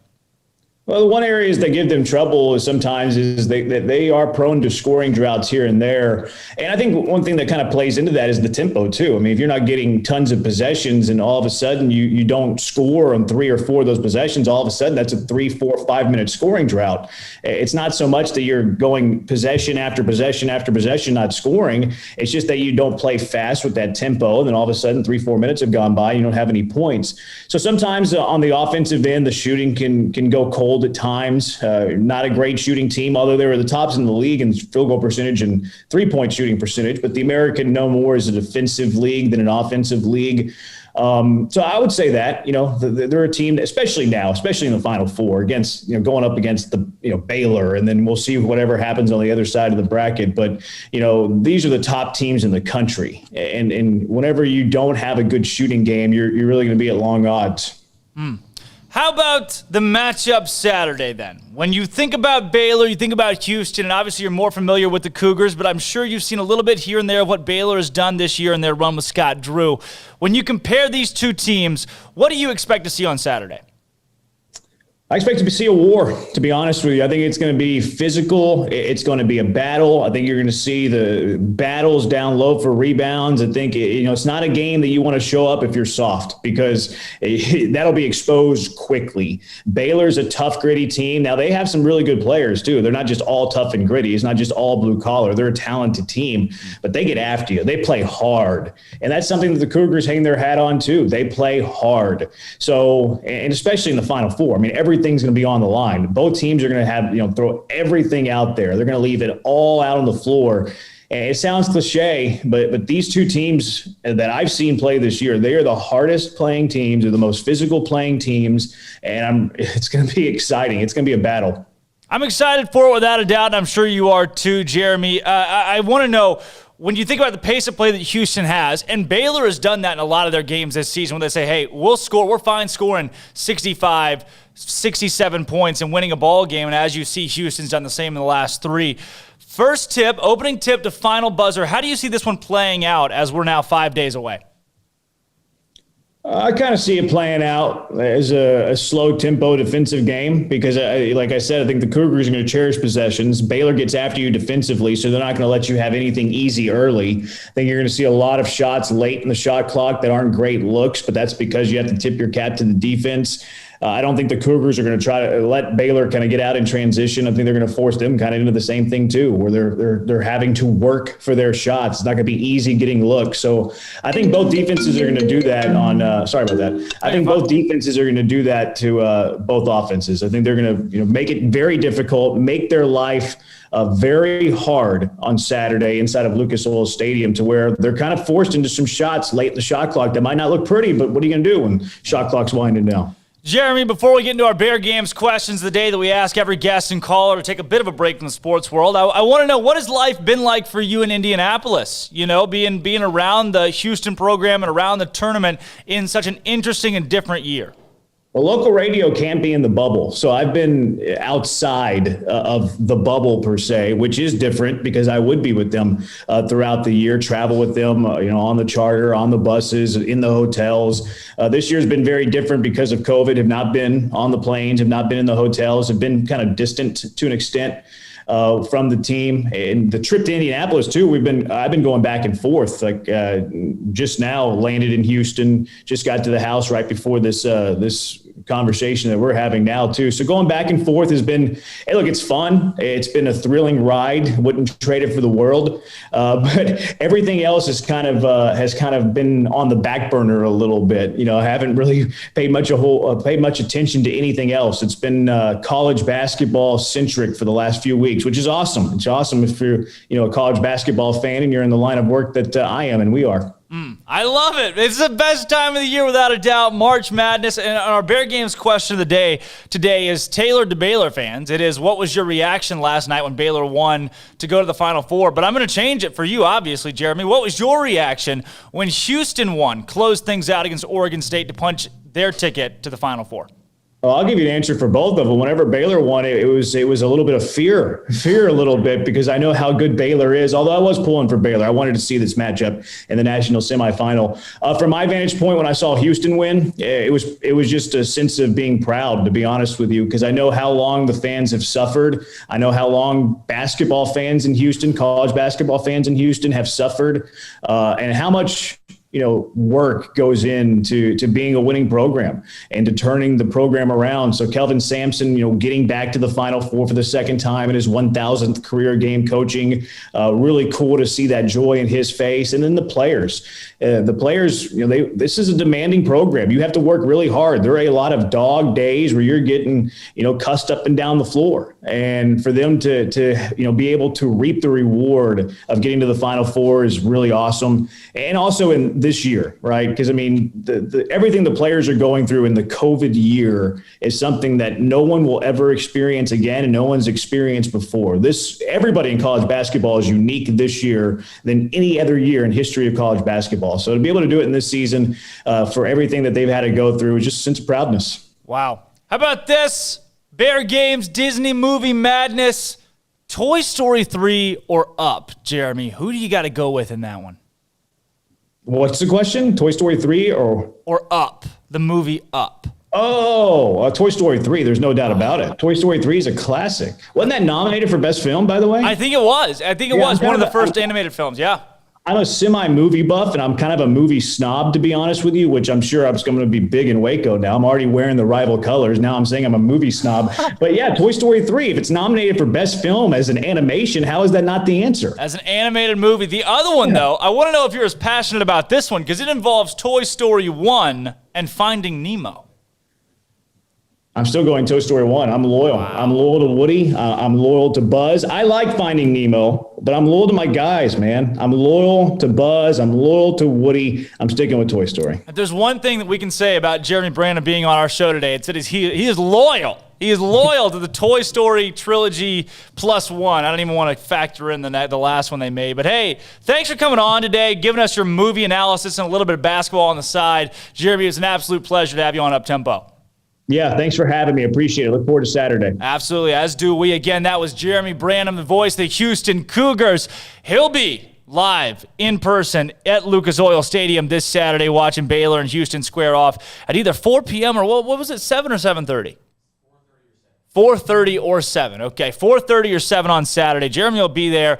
Hopefully Cole and I will be there. We're still trying. We're still trying to work our way there, but that's good. Hey, look. Houston likes the slow pace of play. Baylor can do it. Baylor's got great defense. If they can hold down the Cougars, they got a shot to go to the national championship game. When we come back, we're doing the big board with Grayson Gruntafer, talking all things football and recruiting. I say all things. We're going to slip some basketball in there, too, and talk a little bit about this Baylor run now to the Final Four. I'm Drake Toll, Armstrong Sims, Cole Andrews. Grayson Gruntafer joins the show after this. Don't go anywhere. This is Up Tempo. They're still dancing. For the first time in 71 years, the Baylor men's basketball team has punched its ticket to the Final Four as one of the last remaining teams in college basketball. And it's been a long time coming. The Baylor Bears are back in the Final Four for the first time in 71 years. The Bears used a strong first half to go up on Arkansas by 18 points before leading by just 4 on multiple occasions in the final period. But a couple of clutch threes and a 22-point performance from Maceo Teague was just enough to secure an 81-72 win in Indianapolis. I'll say it again, the Baylor Bears are advancing to the Final Four. As far as their opponent, Houston knocked off a scrappy Oregon State team 67-61 after being outscored by 11 in the second half. The Bears and Cougars will square off Saturday at either 4 p.m. or 7:30. On the women's side, a blatant no call decided the final play of the game as Baylor fell to UConn 69-67.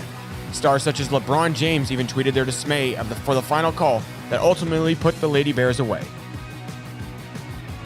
Melissa Smith finished with 14 points and 13 rebounds, while the Lady Huskies' Paige Beckers had 28 points and 3 steals. Baylor's season concludes after 2 Big 12 championships, an Elite 8 berth, and a 28-3 record. Elsewhere, Oklahoma State has extended head coach Mike Boynton's contract for 7 more years after the success of their program this season. Boynton's team finished 5th in the Big 12 and ended the season 21-9. I'm Armstrong Sims, and that's all the news that is news in college sports. This has been Armstrong's Minute on SicEm365 Radio's Up-Tempo.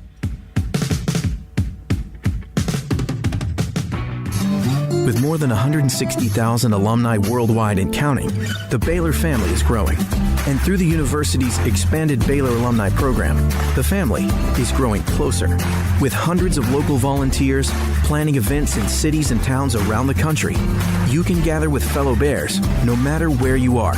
So, get connected, get something started, get involved, and make plans to get together with Baylor alumni. Visit us at baylor.edu/alumni. Don Humidor, your home with a 48-foot walk-in humidor with the elite cigar brands from around the world, including the #1 cigar of the year, Aging Room Cuatro Nicaragua. Plus, they have the great brands like Macanudo and Artur Fuente, Rocky Patel, Aston, and so much more. CBD, great for sore muscles, aches and pains, sleep, Vita Dreams, and anxiety, mild depression, general health and wellness. Their staff very knowledgeable on the subject. If anyone is curious about CBD, ask Carol and Ashley. Don Humidor in the Townwest Shopping Center off Valley Mills in Waco. What you do in privacy is your own business. What you do in public with your truck, well, that's our business at Pickup Outfitters. In your garage, it's okay for your truck to parade around in the nude with no accessories. Hey, this is still America. But when you bring your truck out in public, it's just common decency to put an outfit on your truck. And that's where we come in at Pickup Outfitters. Put a cover on that bed. Cover your rear end with a bumper and a hitch, for goodness sakes. There are women and children on the roads. And guys, don't leave your tools exposed. Put them in a toolbox. Be proud of your truck and stand tall with a lift kit. Or improve your truck's posture with a leveling kit.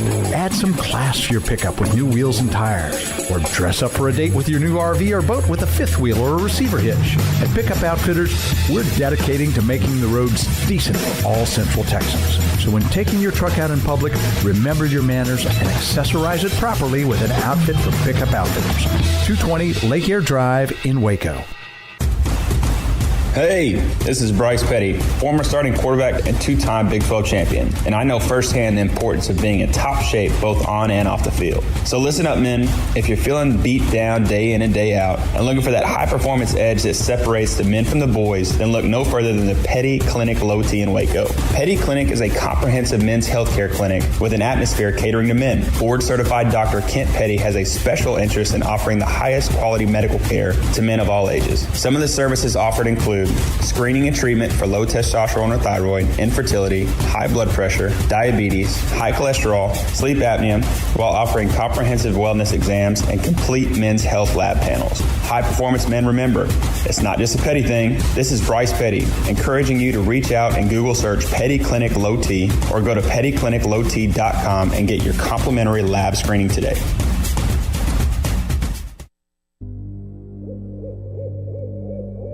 Welcome back to Up Tempo on SicEm365 Radio. Cynthia, Jesus died for our Cynthias. Call us on the Impact Health Labs caller line at 254-339-1122. Julia Roberts, Julia Love. Now back to the Bears Den with Drake Toll. Welcome back into the Petty Clinic Low T Bears Den. It is Tuesday, folks. Grayson Grunde for on the show today for the big board. We're talking all things Baylor football recruiting. Spring practice, we're rolling on week 2 here, but I'd be remiss, Grayson, if I didn't start exactly where we have to start. The Baylor Bears are going to the Final Four in basketball for the first time since 1950. Yeah, I mean, what a game. What a game. What a performance. Just, you couldn't have written a better script, in my opinion, especially, they wanted to keep the fans on edge a little bit. Yeah. Davion Mitchell gets in foul trouble. Arkansas comes raging back, and we've seen, Musselman. This is what he does. He just comes back. Every tournament game he's won, they've come back from double digits. They find a way. They find a way. They find a way to win. Find a way to win every game. Except for the 6 they lost this year. Well, 7 now. Yeah. It was a fun performance. Really happy for Scott Drew, all his former players, all the guys on this team. How cool. Oh, 71 so years. Cool. Yeah. 71 years. We had callers earlier in the show that ranged from the age 71 to age 13. Like, unbelievable the amount of Baylor fans and generations of Baylor fans that are in tune and excited about this Final Four run. How about Mark Vital? 4 fouls last night. And then they're like, all right, we're going to put him in for like a second. Just like, all right, Mark, don't foul out. And one-handed jam, fouls out of the game. Yeah, well, he and J.D. Note decided they were going to race each other for who could foul out first. Note's was hilarious because he got a foul on one end, and they were about to bring him out, but the ball never went out of bounds, and dude just goes flying into the lane, runs over somebody. I don't even know who it was, gets the charge and is fouled out. I think he played 14 minutes, and he had 15 points in 14 minutes. Something crazy, man. Maybe it was 10. Was it 15? Was it 15? Maybe it was 14 and 15 minutes, or maybe it was something. I mean, he was their best player. And he was the only guy they didn't have an answer for when Davion wasn't on the court, because he's fast, man. Gets to the rim quick. But yeah, it's just sad, man, that Mark Vital and J.D. Note, both of them basically couldn't play in this game. You're missing 2 big-time players, but hey, it's college basketball. It is what it is. Yep, Note, 14 points in 15 minutes last night. I mean, that is tough. I and I'm an Arkansas guy. I grew up there. But those fans have been borderline insufferable over the course of, like, just prior to the game, just like the jawing and just the Twitter. I had to turn on Twitter at multiple points. So just to win that, just to get it. They felt like they were the favorites in this game. They were, and not in this game. Right. Like in the whole tournament. Because they're the favorites. They just find a way they find a way. They don't lose. They find a way to win. They grind it out. More physical, most physical team. If you think about it, they're undefeated. The games they lost, they found a way. They did. They did. They found a way to win mentally. Right, which is really impressive. Right. That's more impressive than what your final record is, most times. They don't have any losses, if you ask me. No. They're perfect this season. They all have asterisks. They found a way. I mean, obviously a great performance from Baylor. Davion Mitchell is the best player on the floor. Somebody called in earlier today and said, look, I love Jared Butler, and he's really, really good, but consistency across the season, combine it all together, Davion Mitchell is the best player on the team. I don't agree. Really? But so here's my thing. Since COVID happened, the COVID pause, I this personal opinion, I don't think Jared has looked the same. That's true. I don't know what's going on. I don't know what's up, but I can tell you he just does not look like the same player that we've seen over the course of his career and the early part of the season. I mean, he was by far the best player on this team until that moment. Right. Then that moment happened. Yeah, Mitchell has been the best player. And the thing of it is, I think there's a difference between best player and most important player.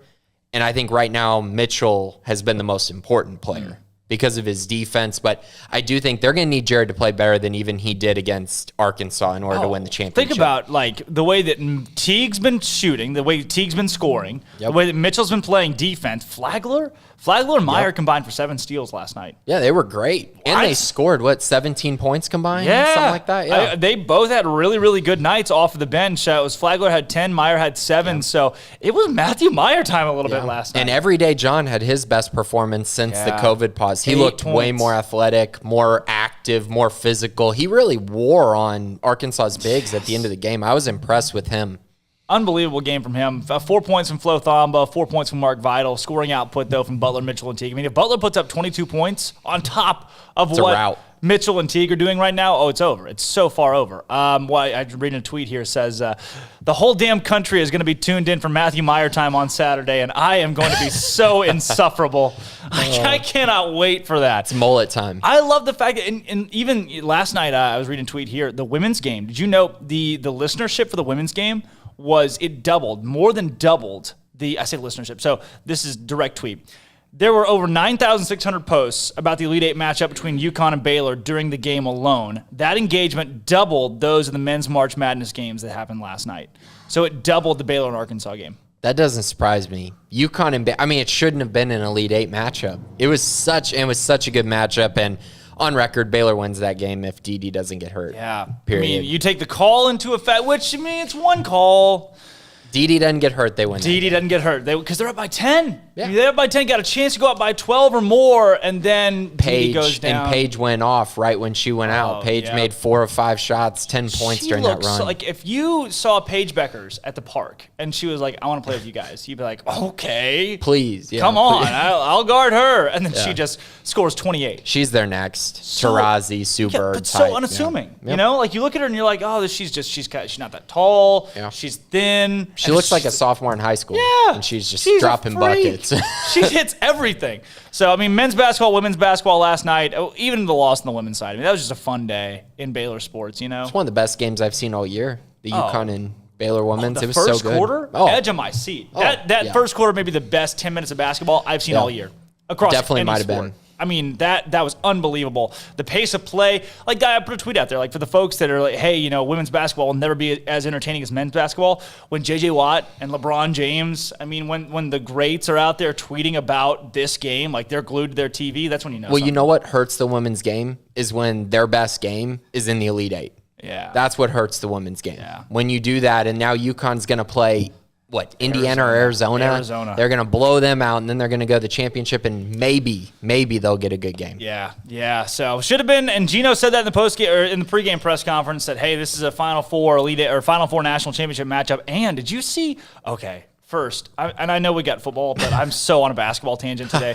First, Paige Beckers in the postgame, she came out and she was like, "What did you hear that from Paige Beckers?" I didn't. What'd she say? So, I'm going to find it real quick because Gino was in shock. Oh, she was like, we were listening to Never Say Never in the pregame, and then we got to the game, and then Jaden Smith was on the TV, and then there was Karate Kid was going on, and that's just God, man. Yeah. Full circle moment. What? You had the girl for Texas A&M that came out and was giving tribute to her high school coach that passed away, and this is for you. And then Paige Beckers is like, Jaden Smith, Never Say Never, God. Karate Kid, yeah. What? That was last night's post-game comments from Paige Beckers. And then Gino came out and he was in shock. Did you hear Gino's? Gino was like, I don't know how he did that. He came out and was like, we probably shouldn't have won that game. No, he's been around long enough to know. He knows. So even the celebration was like a yay. Deep down in your heart, you're like, and that was a foul, and we got really lucky. And how does UConn gets all the breaks? And they don't play that many close games, but they get all the breaks. Was it 14 Final Fours in a row now? I think 15. Oh my. It's crazy. It makes no sense, but here they are. It is what it is, I guess. At this point, people can talk about it. Every year there's a game or two that the officials a call at the end of the game happens, and it's like, oh, that sucks, but it is what it is. Yep, it is.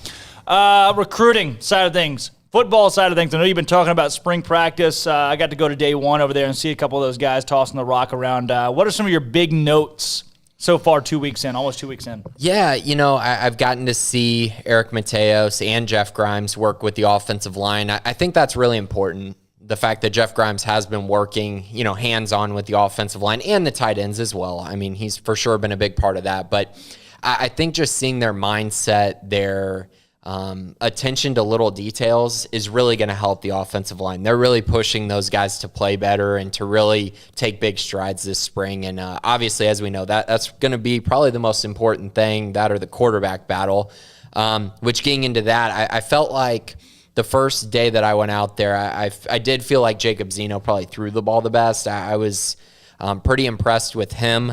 But I will say on the second day, it was interesting throwing the ball wise. Jacob was up there. I felt like everyone had a pretty good day, but I felt like it was probably Kyron's, a really good day for Kyron. The second day there, I'm very hesitant on saying, Kyron can be the starter just because I know how long the learning curve can be for guys, especially true freshmen. Look at Zeno. I mean, Zeno's an example of that. You know, if you'd put freshman Zeno in a scenario where he's starting in a Big 12 game. Yeah, I mean, he played a lot in the Big 12 championship as a true freshman. That's true, and he did go 2 for 7. So he did throw. He did. Okay, what should have been 2 touchdowns. Those were basically 2 touchdowns. That's true, but 2 for 7. Yeah, I know that the numbers don't look great, but I mean, also, yards per completion. I mean, off the charts. 75, 77. Yeah. But I guess what I'm saying though is that's how long it took for him to go 2 for 7. Yes, he made some big throws, but he still wasn't ready to be the guy. You know what I mean? And so I'm wondering how long that's going to take for Kyron, but physically you can see it. You can see that he does have the ability to do it. Now it's just the mental side. Can he get over those hurdles, get the playbook down and really become a leader of the offense? That's what's going to take to win this job, and that's where I think Zeno and Bohannon currently have the edge. I I'll tell you, one of the things I was impressed with when I first got out there is Kyron Drones is huge. Yeah.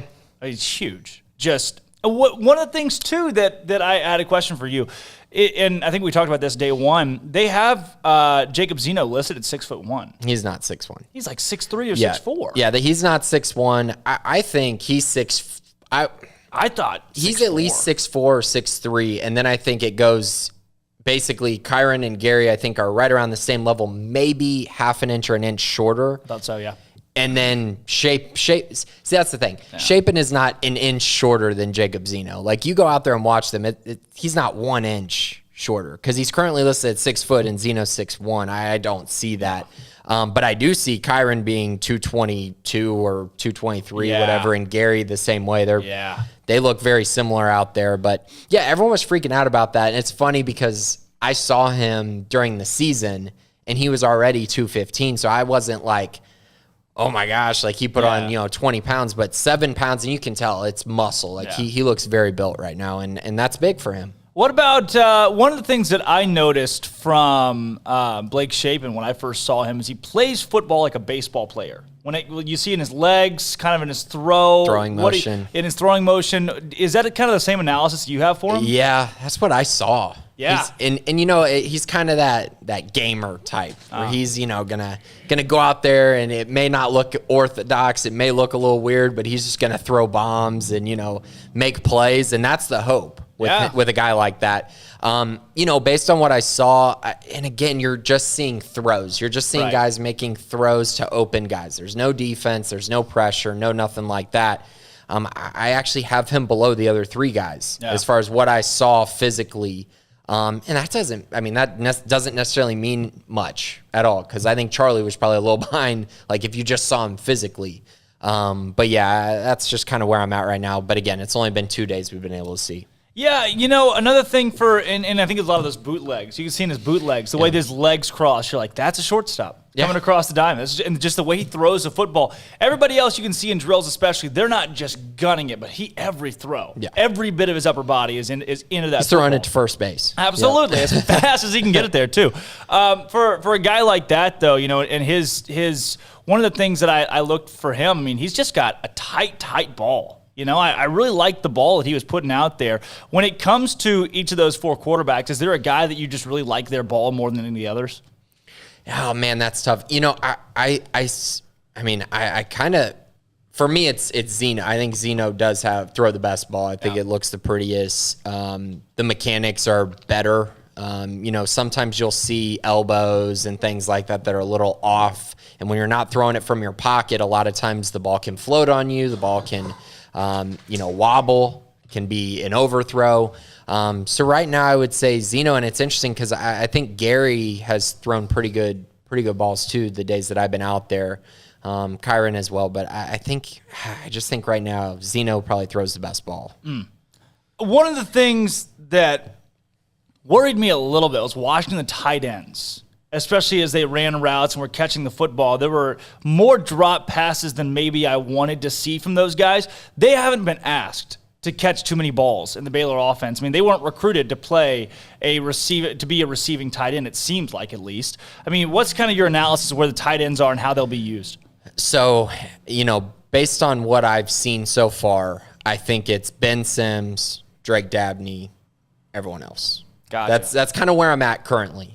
Based on what I've seen, I think Ben Sims is very good. I mean, that he was a wide receiver in high school. I mean, he just was a guy that Clark put on the outside, and they would just throw the ball up to him, and he'd go make plays. So I think he's got that in his arsenal. And seeing Drake Dabney last year against Iowa State, I was very impressed.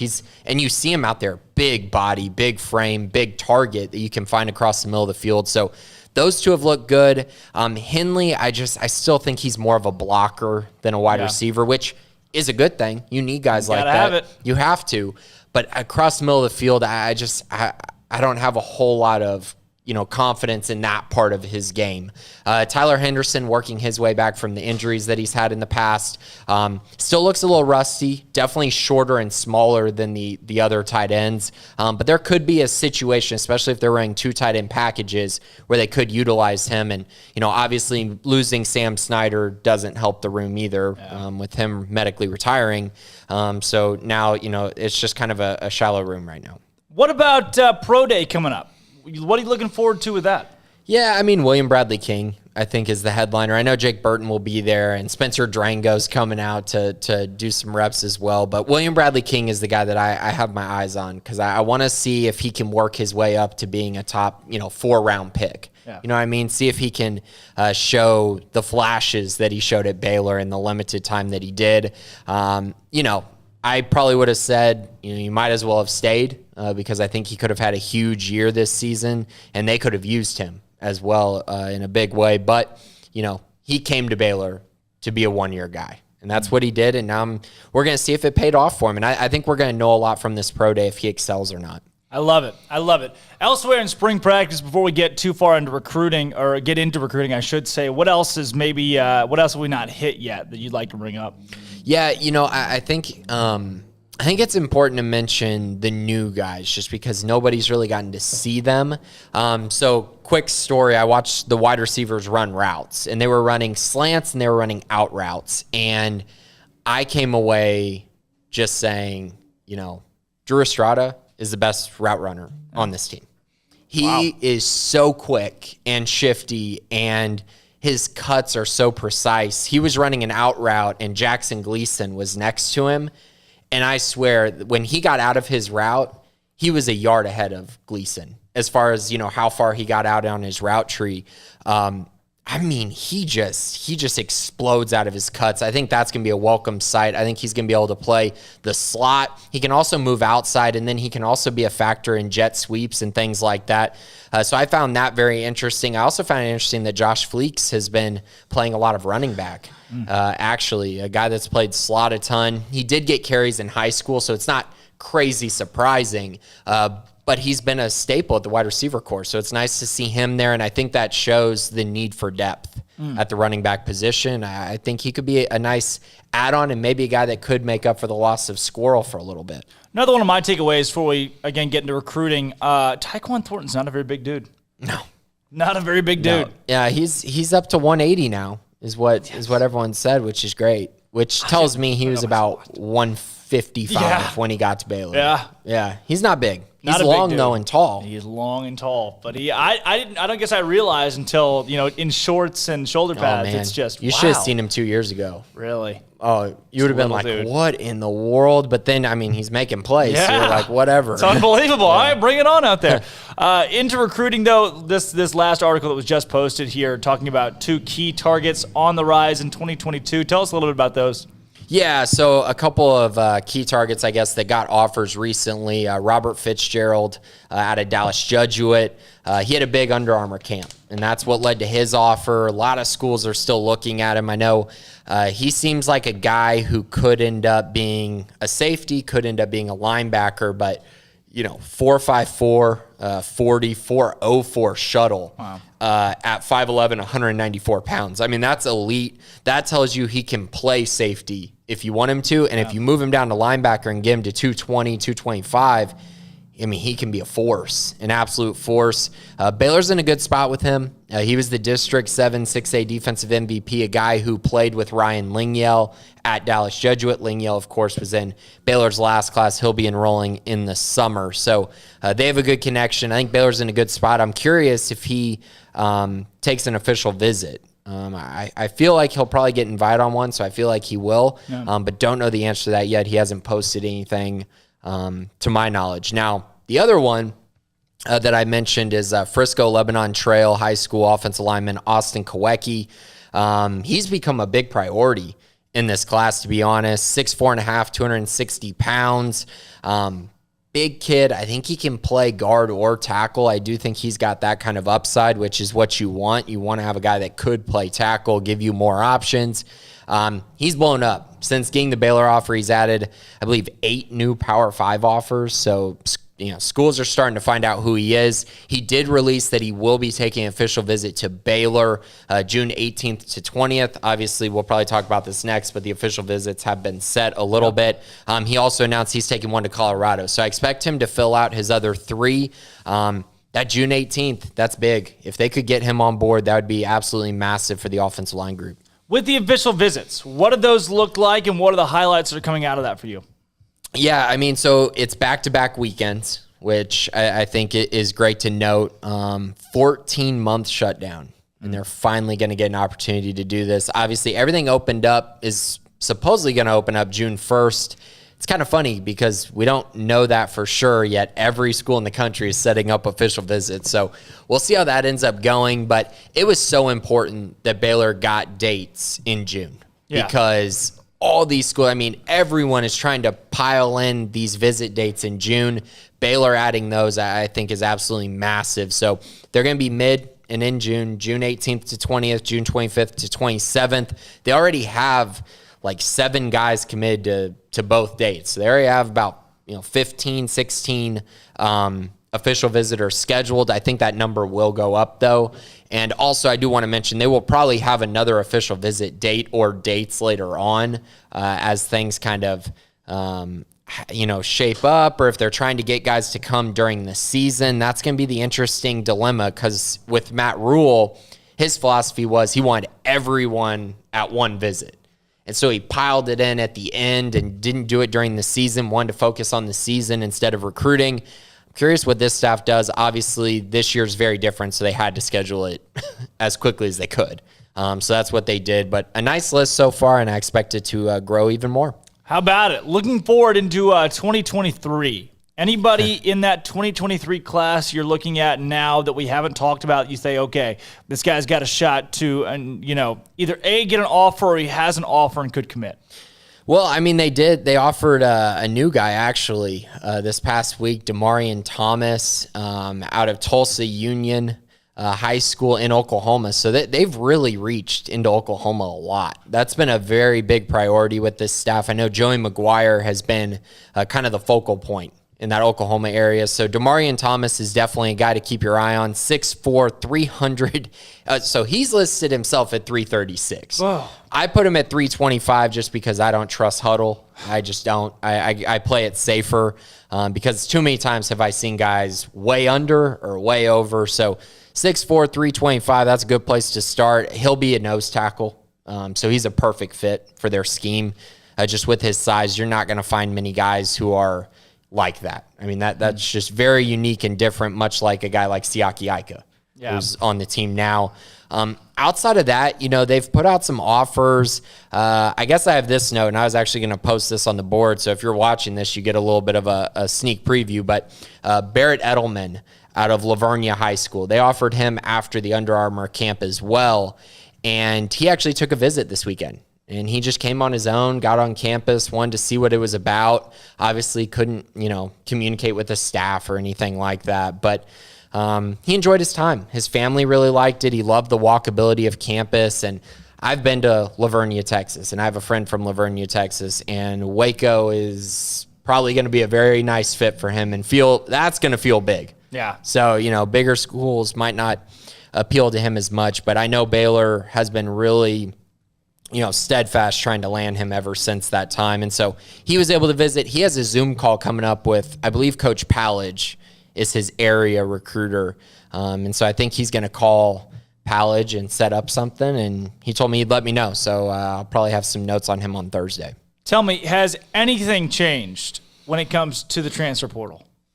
Zero. I mean, it's just the way that it's going to be right now because of the simple fact that they're trying to wait on JUCO guys to put out film. You want more film. You want to see what you have. You also have spring football. They're trying to figure out what's on your roster. Who do you have? Who do you feel like is going to be a contributor? Do you need to take guys? Do you not? What position do you need to take? And then also it's the fact of the matter is you got to make sure that the guy you're taking is not only talented enough to play for you, but also is a good cultural fit. Yeah. And that's never an easy thing when you're dealing with JUCO or the portal. So that's kind of where we're at. I do believe they'll still take another offensive lineman. I think that's in the cards, but might not be for a little bit. It looks like things have slowed down on that end. All right, what else have I missed? What do we? Anything else that we forgot to cover or missed in the big board? I guess just on that point, I also want to mention, spring football. Yeah. Kids can leave after spring football. That's a possibility. So, everyone that's getting impatient about, what could happen about the roster, who could Baylor go get in the transfer portal, I don't think this is the full portal that we're looking at right now. I think when you see spring football come and you see guys find their position on their depth chart, they're going to figure out either, if they want to leave and then maybe Baylor finds a guy who's kind of hidden a little bit at this current moment. Now, that can work both ways. Obviously, Baylor could suffer attrition as well. But at this moment, I'm not really expecting too much there. But I am expecting Baylor to look in the portal once spring does end and once other programs start defining their depth chart and finding the guys who are actually going to start for them, and then their backups might decide to leave, and then there you go. Now you got more options in the portal. Wow. How about it? All right, Grayson, before we let you get out of here, how did you celebrate last night, Final Four? With my wife and jumping up and down and then went to bed. I mean, it was late night. It was fun, man. It was just really fun. We took it all in. We were cheering like crazy. And that was pretty much it. It wasn't anything too crazy. Late. It was late. It was a really late game. I mean, not used to that 9 o'clock tip-off. 1,054 milligrams of caffeine. Oh. In one day. Never doing that again. No. Never doing that again. Yeah, how's the crash today? I don't want to talk about it. Worse than a hangover. Zios. Live better. How about Toy Story 3 or Up? Oh, man. Is the OG Toy Story in this? It's in the next one. It's in the next one. Okay. Yeah, I don't like Toy Story 3 as much. I'm going to Up. Up. Up is killing it today. Toy Story or Finding Nemo? Oh, my gosh. I know. This bracket sucks. Why are you going to do that to me? I don't know. This bracket sucks. Oh, man. I want to fire this bracket in the sun. I frankly hate it. That frankly could be like my championship. Yeah, it could be a championship. I'm going to go Toy Story. It's the OG, man. It's the OG. Monsters, Inc. is already out, too, so I've really just stopped caring about this bracket. I just wanted Monsters, Inc. to make a run, and it has. I'm going to make my own bracket. This is just terrible. Oh, I hate it. I feel for you. There's a bunch of random stuff in there. All right. Hey, Grayson, thanks for joining us for the big board, breaking down things across recruiting, talking a little bit of basketball in there on the men's and women's side. How about this? We got an impromptu special guest that's coming on unexpectedly on the show, joining us after this break. How about a little action from the voice of the USC Trojans, Jordan Moore? He covers the team doing play-by-play for their basketball games on the radio. He'll be live today for USC Gonzaga, in which I'm hammering USC plus 300 on the money line today. Give me USC in the win on that one. What's the spread? 8. 8? 8. It's a big spread. Actually, wow. I like it. Yeah. Jordan Moore joins the show, voice of the USC Trojans, coming up after this as he is preparing for Baylor, for Gonzaga and USC tonight. Don't go anywhere. We'll be right back. This is Up Tempo. They're still dancing. For the first time in 71 years, the Baylor men's basketball team has punched its ticket to the Final Four as one of the last remaining teams in college basketball. And it's been a long time coming. The Baylor Bears are back in the Final Four for the first time in 71 years. The Bears used a strong first half to go up on Arkansas by 18 points before leading by just 4 on multiple occasions in the final period. But a couple of clutch threes and a 22-point performance from Maceo Teague was just enough to secure an 81-72 win in Indianapolis. I'll say it again. The Baylor Bears are advancing to the Final Four. As far as their opponent, Houston knocked off a scrappy Oregon State team 67-61 after being outscored by 11 in the second half. The Bears and Cougars will square off Saturday at either 4 p.m. or 7:30. On the women's side, a blatant no call decided the final play of the game as Baylor fell to UConn 69-67. Stars such as LeBron James even tweeted their dismay for the final call that ultimately put the Lady Bears away. Alyssa Smith finished with 14 points and 13 rebounds, while the Lady Huskies' Paige Beckers had 28 points and 3 steals. Baylor's season concludes after 2 Big 12 championships, an Elite 8 berth, and a 28-3 record. Elsewhere, Oklahoma State has extended head coach Mike Boynton's contract for 7 more years after the success of their program this season. Boynton's team finished 5th in the Big 12 and ended the season 21-9. I'm Armstrong Sims, and that's all the news that is news in college sports. This has been Armstrong's Minute on SicEm365 Radio's Up-Tempo.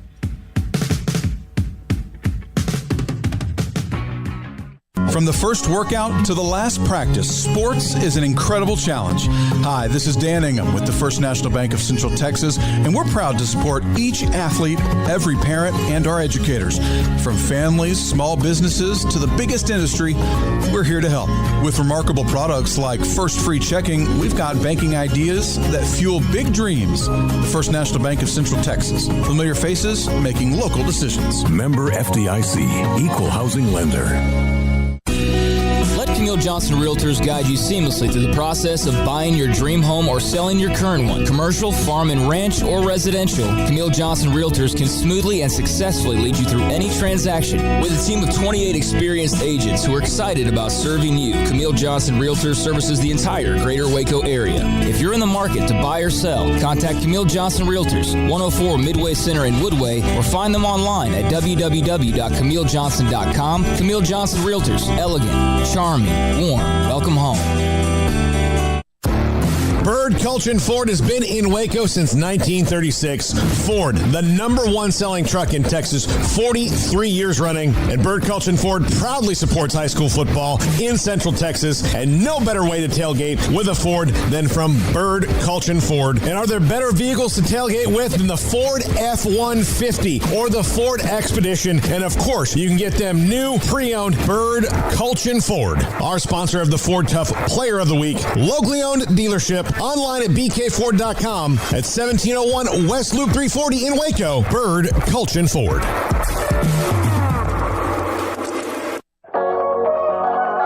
The holidays are here, and I have a simple question for you. Will you weigh as much more or less than you do right now when the holidays are over? Why not end the year in better shape than when you started and create momentum for 2021? Waco Regional Tennis and Fitness has numerous options for stocking stuffer gifts with gift cards for gym or tennis membership, fitness merchandise, tanning, massage, tennis lessons, and personal training. Perhaps a gift for a client, a family member, or a friend. You just need to walk through the front door to change your life. Waco Regional Tennis and Fitness with personal trainers Christy London and Randall Corley. 40-plus group exercise classes, including twice-a-week boot camp. Spacious, clean workout room, free weights, Cybex cardio equipment, and no intimidation. A tremendous camaraderie and family atmosphere. So get the best and healthiest Christmas gift you can for someone or yourself. It's time to react today, not tomorrow, at Waco Regional Tennis and Fitness on Lake Shore Drive in Waco.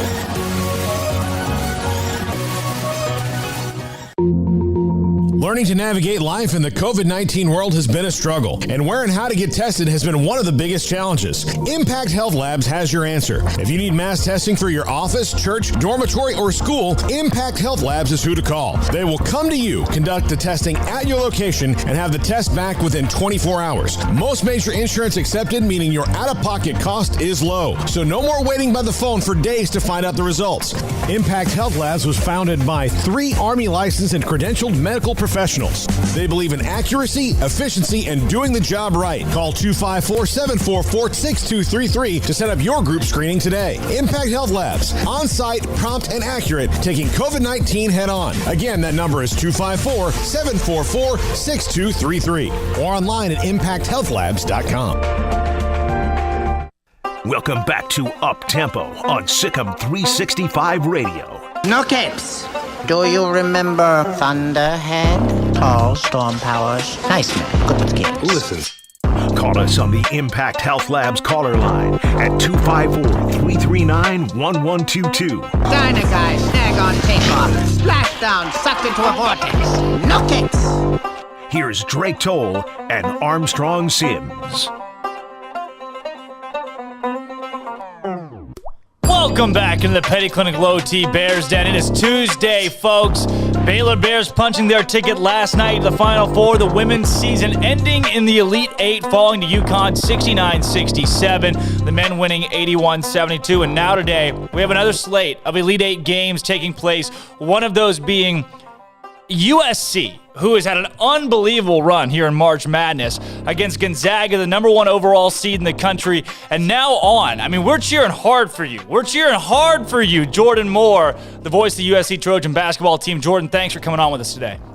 I thought that was a foul, by the way. You mentioned the women's game. She did not go straight up. I think that's pretty clear on the replay. I was screaming foul for you at the bar last night. Way too soon. I mean, Jordan, we just got you on, man. You had to start there, but look, you're right. You're exactly right. We've tried our very best to forget about it today because what's done is done. But, man, that's a tough one to end on, isn't it?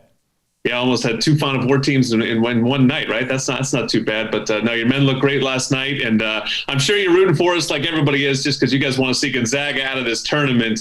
They are an awfully tough matchup, and we'll see what the Trojans have for them tonight. Well, I'll tell you, my co-host J.D., who's out walking his dog right now, he's the guy for the folks at home to help set this interview up with Jordan. He grew up Southern California guy. This little thing, he's a big fan. So he's partial, he's biased to USC for good reason. But you are right. We're just here to see the Kings go down. But we'd love to see USC, the team, to do it. Now I got to know, Mobley.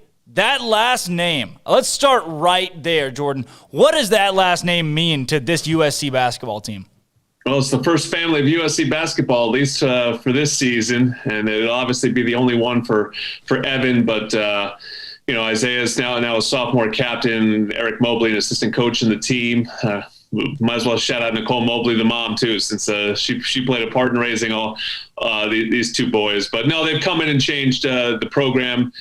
I guess they changed the program by taking the program to the next level. There were other building block players that have came in here over Andy Enfield's 8 years that really got them to this point. But that sort of next level progression was to really make a dent in the NCAA tournament, and here we are in the Elite Eight. And I saw last night for Baylor.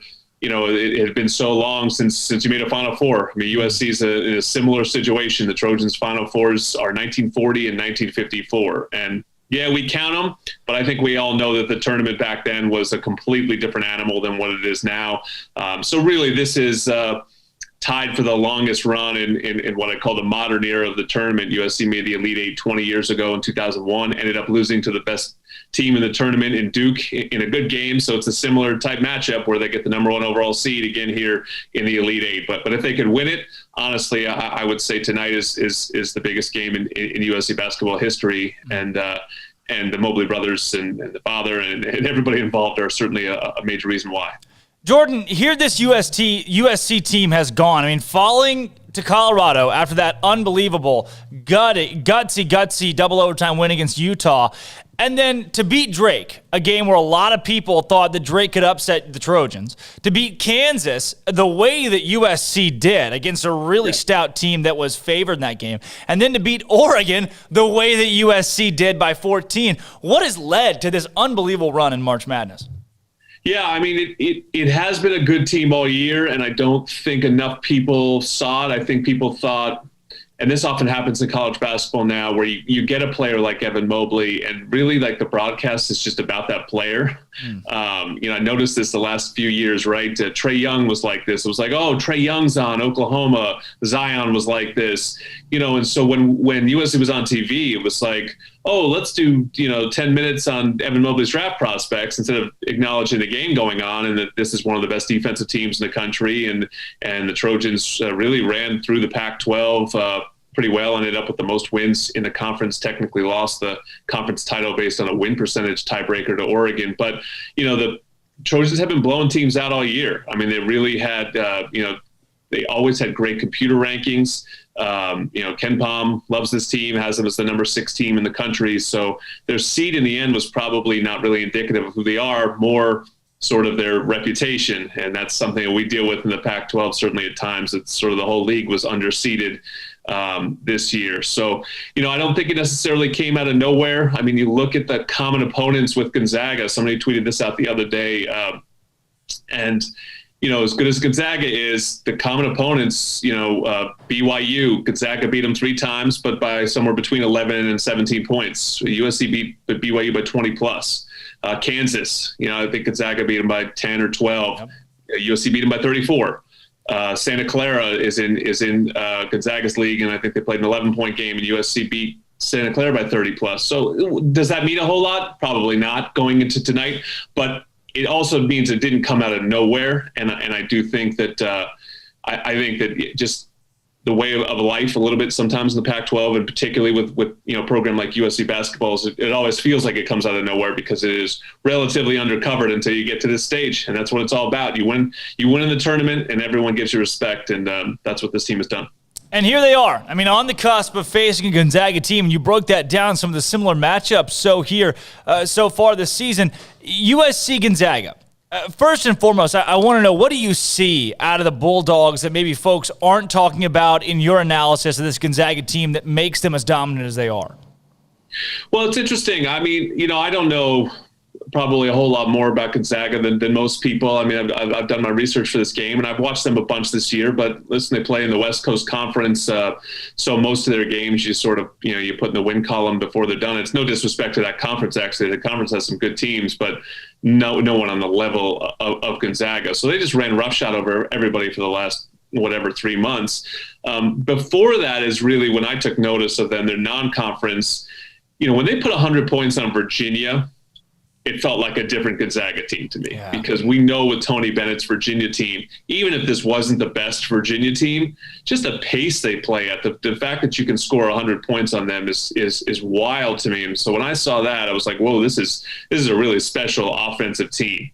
And, that's what they are. I mean, they have Drew Timme inside, and obviously Kispert's the best shooter in the country. And then the guy that I think really is the X factor for them is Jalen Suggs, because he is the elite level talent that maybe they haven't always gotten in Gonzaga. They've always been good, but to really get that pro, that guy, that lottery pick, they haven't even in this great run, haven't had a ton of those. And so Suggs gives them just a whole nother element of athleticism and toughness and shooting. I mean, he can really do it all. So it's a really good Gonzaga team. They're phenomenal offensively. They're probably underrated defensively. Their numbers are pretty good on that end of the court as well.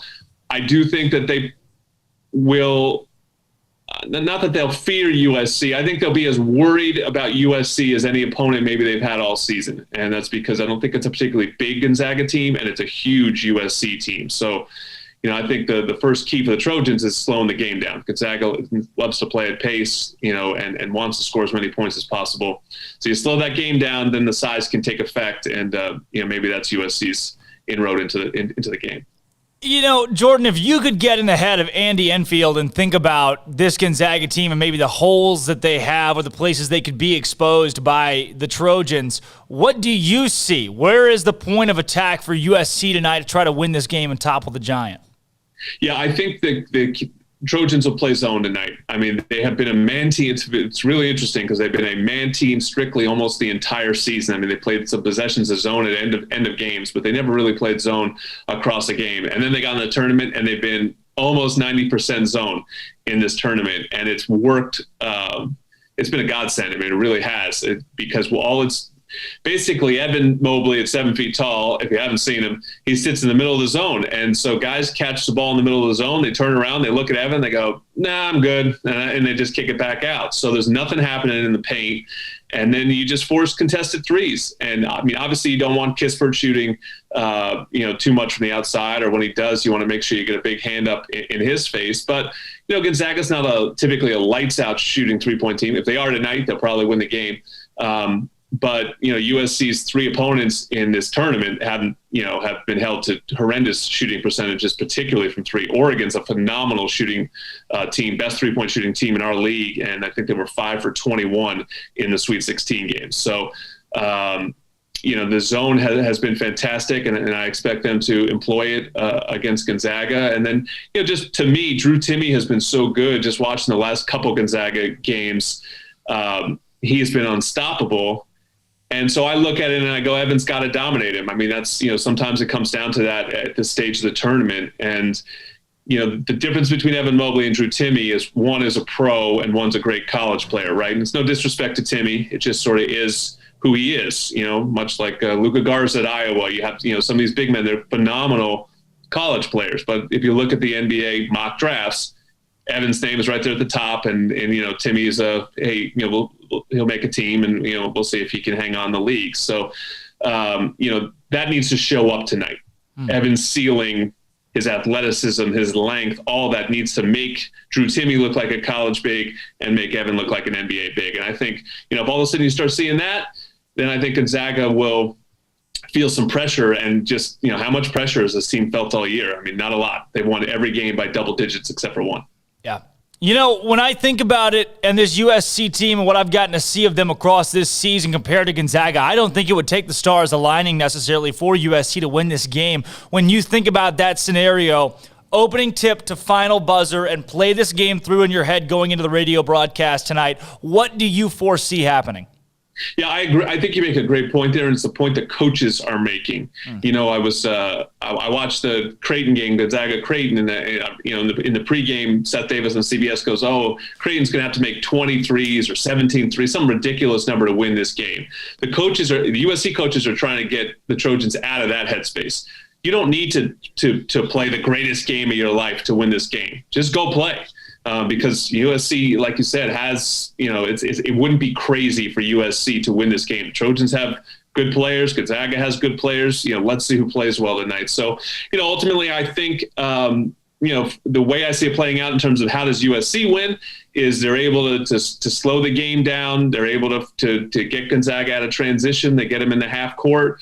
The shot blockers and the length make it really difficult for Gonzaga to finish inside. Gonzaga is the greatest 2-point offense in the history of Ken Pom. USC is the number 1 2-point defense in Ken Pom this season. So it is kind of a matchup of strength versus strength. So if the Trojans can force Gonzaga to the outside, I think they'll take their chances. And then, USC has to make shots. I mean, the Trojans have shot the heck out of the ball over the last 2 games, and that has not necessarily been the story of the season for this team. It's been a pretty inconsistent shooting team. So it needs to be a night where the Trojans do score probably 80-plus points to win the game. Gonzaga averages, over 90. So obviously you can't let Gonzaga get to 90, but I don't think you're going to hold Gonzaga to 58. So you're going to have to, get some offense yourself, and Trojans will want to slow it down, get it inside, but they're going to have to make some threes too, and they've been shooting it great. So just stay hot. Jordan is hammering the over. You guys heard it here first. He's hammering the over. He's got USC putting up as many points as possible. And that's a recipe for success against a Gonzaga team whose defense is spotty at times, but offense can play so well. How about, before we let you get out of here, Jordan, and before we get to our Bear Games questions, what has it been like to be in Indianapolis, especially with a team that it wasn't a sure lock to make it this far in the tournament?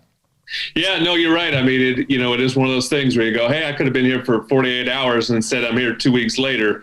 No, it's been interesting. I mean, it's just, I feel lucky that we get to see basketball in person, because I know how unfortunate it's been that so many have not been able to see this team in person, particularly, in the Pac-12, we didn't have fans all season. So to have, this great player in Evan Mobley and this great team at USC, it's been really disappointing that so many have only been able to watch it on TV or listen on the radio. But, it's great to be in the arenas. It's great to be around this town and you see all the fans of the teams and, supporting who's left and seeing them slowly fade away and only the few remain. So it is a ride, and thrilled to be on it. Hope it gets to stay on it. Scott Drew said it. He said the worst part about being in the bubble is watching the other teams pack their things up, meet in the lobby, and head on out of things. But it gives you it puts in perspective for the teams that are still there, that at any point in time the run can end. How about this? Bear Games question of the day that we give to all of our guests and callers to take a little bit of a break from sports. What was your reaction when USC punched its ticket to the Elite Eight? Man, I got to tell you, it's just relief. I mean, it's been nice because they've sort of been, they've been dominating these games. So I haven't had to, sweat quite as much as you think this time of year. But I got to tell you, the anxiety of these games, and you're talking to me on a game day. I mean, it's just the moment you walk up, you could feel it. It feels different in your stomach. So it's a lot of stress, a lot of anxiety. It's kind of nice once the game starts, then I'm working at least. But yeah, it felt amazing. The people that I'm out here with, getting to celebrate with them after the team made the Elite Eight. It's nothing like in sports. This is the greatest sporting event there is. I love it. And last two here for you real quick. The Disney movie madness. We got a couple movies going against each other in our bracket this March. Toy Story 3 or Up? Well, I guess I'm dating myself a little bit. I'm more of a 90s Disney guy, I got you handled, Jordan. Toy Story 1 or Finding Nemo? Okay, I'm gonna probably go with Nemo then. But I'll tell you, I got little kids, so my kids like Toy Story. So I'll vote for Toy Story 3, and then you can put me down for Nemo on the other one. I love it. Splitting right down the middle. Hey, best of luck to not just the team, the program, but to yourself on the radio broadcast as well tonight. I'm sure you'll love every minute of it, Jordan. And thank you for taking time out of your day to join Up Tempo. Thanks so much. Good luck to Baylor, too, in the tournament. Hope to see him in the final. Thank you, Jordan. Again, that's Jordan Moore, USC, the voice of the USC Trojans. They get Gonzaga here in just a couple of hours. That game is on CBS, I think. All right, I'm Drake Toll, Andrew Robertson. We got Cole Andrews, Armstrong Sims, Morgan Uber joins the show when we come back. This is Up Tempo. They're still dancing. For the first time in 71 years, the Baylor men's basketball team has punched its ticket to the Final Four as one of the last remaining teams in college basketball. And it's been a long time coming. The Baylor Bears are back in the Final Four for the first time in 71 years. The Bears used a strong first half to go up on Arkansas by 18 points before leading by just 4 on multiple occasions in the final period. But a couple of clutch threes and a 22-point performance from Maceo Teague was just enough to secure an 81-72 win in Indianapolis. I'll say it again, the Baylor Bears are advancing to the Final Four. As far as their opponent, Houston knocked off a scrappy Oregon State team 67-61 after being outscored by 11 in the second half. The Bears and Cougars will square off Saturday at either 4 p.m. or 7:30. On the women's side, a blatant no call decided the final play of the game as Baylor fell to UConn 69-67. Stars such as LeBron James even tweeted their dismay for the final call that ultimately put the Lady Bears away. Alyssa Smith finished with 14 points and 13 rebounds, while the Lady Huskies' Paige Beckers had 28 points and 3 steals. Baylor's season concludes after 2 Big 12 championships, an Elite Eight berth, and a 28-3 record. Elsewhere, Oklahoma State has extended head coach Mike Boynton's contract for 7 more years after the success of their program this season. Boynton's team finished 5th in the Big 12 and ended the season 21-9. I'm Armstrong Sims, and that's all the news that is news in college sports. This has been Armstrong's Minute on SicEm365 Radio's Up Tempo. With your Ram truck from Allen Samuels, you may not have to plow through snow and mud or pull heavy loads, but you could. During the Big Finish year-end event, you get a Ram deal like no other. Employee pricing for all, 0% for 84, and no payments for 90 days. Ram 1500 Lone Star for Christmas. No other truck comes close. And ask about Big Finish pricing on Ram Heavy Duty and Ram ProMaster for your business. Happy holidays from Allen Samuels. How did Edward Jones become one of the biggest financial service companies in the world? By not acting that way. Financial strategies, one-on-one advice, it's a big difference. And that's why Brad Wilson, your Edward Jones financial advisor, makes sense of investing. Experience the difference for yourself. Brad Wilson, 250 Sharon Drive in Woodway, 254-776-4337. Edward Jones, member SIPC. At Ideal MRI, we feel blessed to be a part of the Waco community. We're a small family business right here in Central Texas, and our goal is to bring down the cost of healthcare while maintaining high quality. At times like this, the cost of healthcare has never been more important, and unfortunately, significant illnesses and injuries still occur. That's why Ideal MRI is open and here to serve you through the difficult time. We offer premium MRIs just like a hospital with state-of-the-art technology and specialists, but you'll pay less.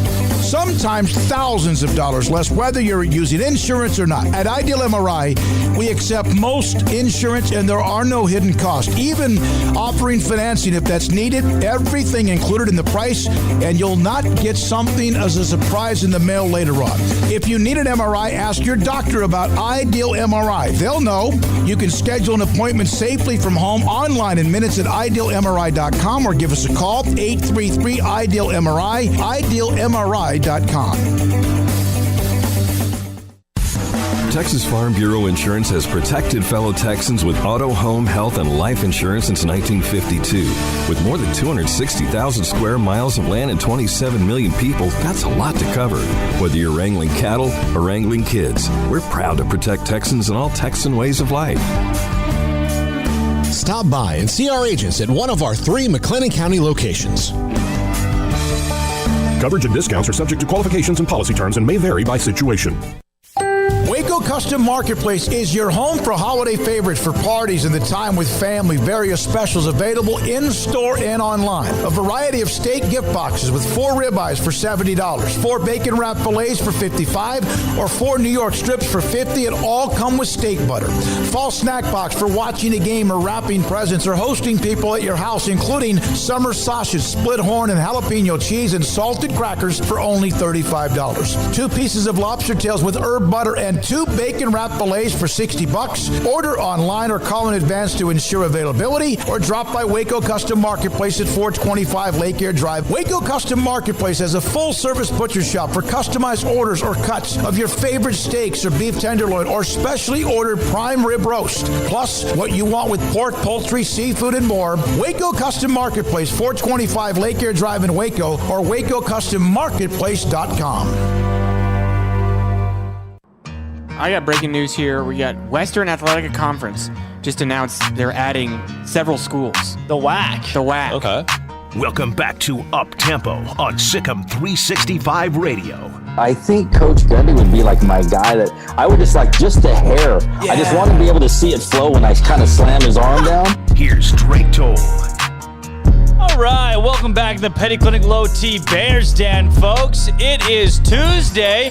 Morgan Huber joining the show, Big 12 digital correspondent, to help us break things down. Morgan, I would say across the conference, but the conference has but one leg left standing on. Yeah, I am just so proud, Drake, of these Baylor Bears. You know, this is what we were, expecting, I guess you could say, a team that had so much pressure on them to get here, to make it to this point, and probably, the biggest tournament that we've ever seen in terms of upset. So for Baylor to come out on top here, headed to the Final Four, just so exciting. And I'm repping my Big 12 sweatshirt for those who can't see me right now. So a lot of pride here today, and just a tremendous job by this team to, make it to the Final Four, and some real history for Baylor was made last night. Morgan, on behalf of someone that works around the Big 12 and covers this conference so closely like you do, what does it mean not just to have a team in the Final Four, but to have a team like Baylor in the Final Four for the first time in 71 years? My initial reaction is just thinking about what Scott Drew has done 18 years ago when he took over this program, a program that no one really wanted to be a part of. So many people questioned his move and what he had done. But this wasn't just a rebuild. This was as a build as you can get, a team that was just completely a program that was decimated. But where, I think others may have seen despair, Scott Drew saw opportunity, and he took advantage of it and has made the most of it. And he's done it with, when you look at his past recruiting classes, to be honest, they've been in the bottom half of the Big 12 until, recently in the past year. So to see the turnaround, to see the build, it's just very exciting for Baylor, for the Big 12, to have one of our teams represented, the best team who had played, during the regular season, even though they didn't win the conference championship there in Kansas City. It was no question that Baylor was our best team, so it's great to have them being represented in the Final Four on the biggest stage. Definitely wish we could have had more teams, make it farther, but one's great, and hopefully Baylor can go all the way and bring a national championship back to the Big 12 Conference office and back to Waco, Texas. Breaking things down from last night's game and what you saw exactly, Morgan, I mean, Baylor, start to finish, wasn't necessarily there for the full 40. I mean, you saw spurts where Arkansas got back in it and kind of dictated the pace of play, but the Bears were still able to get it done. Tell me, what did you see last night from Baylor that you really liked? To be honest, Drake, I thought Baylor was really in control of this entire game. Arkansas, we had seen them time and time again throughout this tournament. They had, battled back and been down by double digits, and they did that last night to Baylor. But, my gut and my thought process was Baylor is not giving this one away. They were as locked in and loaded. And, during the COVID stretch, when they had come back after that pause, those 21 days without practice, without games, as you and I both know, Baylor Nation knows, they were not right. And last night was as close to as a Baylor program before the COVID pause as we have seen. I think they're back to 100%. That was my biggest takeaway. Both ends of the floor, defensively, offensively, everyone locked in. When guys were in foul trouble, I think Coach Drew did a tremendous job of changing things up. Sitting Davion Mitchell there, it did take away a little bit of momentum from Baylor, but then, for him to go back in, I thought, Davion Mitchell, he was terrific last night. And we know that he's been great all season, but I think he's playing on a completely different level. And it's going to be really interesting to see what happens here with his NBA draft stock. But, all around, just a solid performance. And if Baylor plays the way that they did last night in these next, this next game against Houston, and then hopefully in a national championship game, there's no beating the Baylor Bears after what we saw from them last night. When it comes to individual players, we had the question thrown around today, is Davion Mitchell maybe the more key or the better player for Baylor this year than Jared Butler, or are the two even equal? And then you throw Maceo Teague into that mix and Mark Vital, what he's done. Those individual performers, what does it say about this Baylor team that they have so many of those, and what did you like out of a couple of those big names last night? It's tremendous. I mean, they have 8 players who within the first 10 minutes of that game all had a field goal. And that's what we've seen from Baylor this season. They have depth unlike any other team really in the country. And when you look at, they have their 5 key starters, right? But then they also have Matthew Meyer, Adam Flagler, Jonathan Chama-Chachua, who those 3 guys coming off the bench, they would be starters for 98% of the programs around the country on any other team. And the spark that they give, sometimes when the starters are maybe having an off night. But really, it was an all-around, great performance. I thought Maceo Teague, he really iced the game last night with those back-to-back threes. And they just looked so effortless, too, in the moment. He looked so cool, calm, and collected. So, that was just a really great moment for him. I also thought Jared Butler, when he got the opportunity to take over, at point guard for Davion Mitchell when he was in foul trouble, did a really great job sliding into that role. We've seen him do that many times, but in that high caliber of a game, just, and then with Davion Mitchell, I think he is making a case for being probably the most well-rounded college basketball player on just both ends of the floor from what we've seen from him defensively, one Big 12 Defensive Player of the Year, and then offensively too, just being able to drive and make a shot from really anywhere on the court. So just an all-around great team win, and that's what's gotten Baylor this far this entire season. It's not just one guy, 2 guys. It's really an all-team effort, and you really see just the positivity and the energy, come through all of these players, and that really all is because of their head coach, Scott Drew. When it comes, Morgan, to a Baylor and Houston matchup, we don't know a ton about this Houston team, and I don't know how familiar you are with them, so I won't get too far in depth with the way they play, but looking at Saturday's game, what is it going to take for Baylor to beat Houston? And in a similar verse, really, what does it take for Baylor to beat anybody left in this tournament? So for Houston, the really fascinating stat for me, Drake, is the fact that they beat 4 double-digit seeds to get here. They're the first team in the NCAA tournament history to have done that. So you think about the caliber of teams, no disrespect to the Cleveland States, the Rutgers, the Syracuses, and the Oregon States that they have played up until this point to get here. But I will say they haven't played anyone of the caliber of Baylor basketball on both ends of the floor. So, Oregon State, they were able to beat a hot Oklahoma State team. But, Houston, I think this is going to be a huge challenge for them. But they are a number 2 seed. They're dangerous. They have Quentin Grimes, who has just been a stud all season. He's as consistent as they come.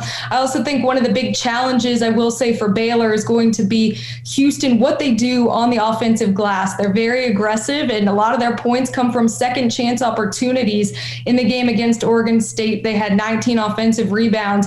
So I think for Baylor, they faced teams like that before. West Virginia is the first one that comes top of mind in terms of teams that are hot, getting second chance opportunities. But I think, that's going to be Baylor's biggest challenge is staying aggressive on the glass and really not letting Houston do what they like to do in terms of that. But I think we're going to see 2 strong, talented, athletic teams out there on the floor on Saturday, and really expecting a great battle. Morgan, last question for you here, and I want to thank you for coming on, moving things around all day today, and just being on with us today means a lot. Your confidence level in this Baylor team, how confident are you that by the time we talk next Tuesday, we'll be talking about the national champions? I just got goosebumps when you said that, Drake. I am confident. I'm confident that they will be playing in that national championship game.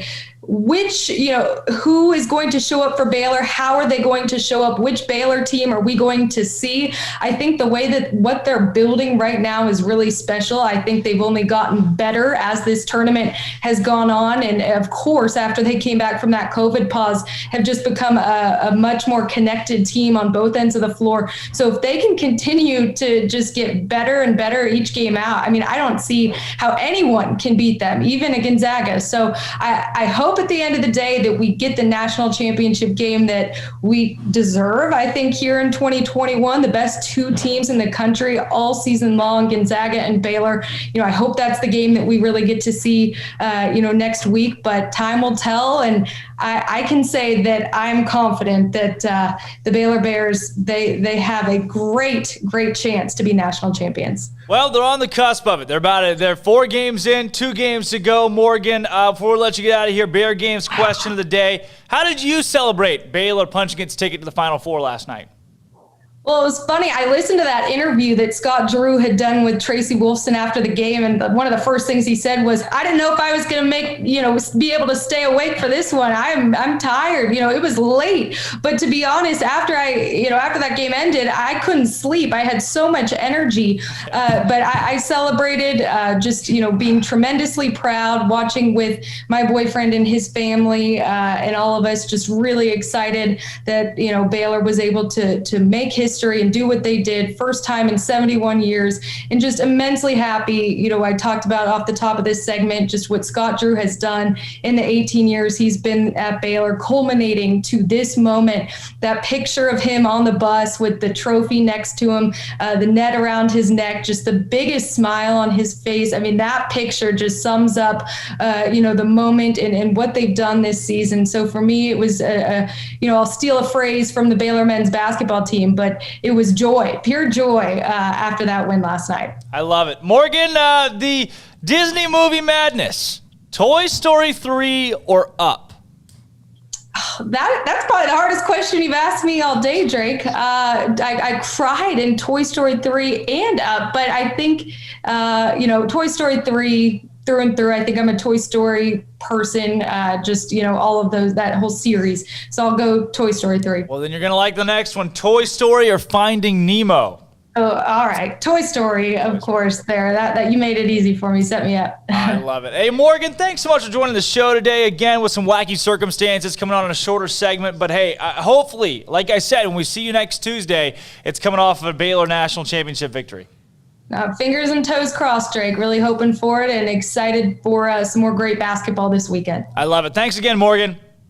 Thank you. Again, that's Morgan Uber, Big 12 digital correspondent, talking all things Baylor hoops. Big 12 hoops typically, but hey, Baylor's the only team left. We got some clips right here from Scott Drew and Maceo Teague post-game. They gave, this is about 8 or 9 minutes of the top clips from last night's postgame, where you can just hear how happy, how excited Scott Drew and Maceo Teague both are following the win. Baylor over Arkansas, 81-72. First time in modern program history, the team is going to the Final Four. And this was a special press conference with both of those guys. Do we have that ready to play, Armstrong?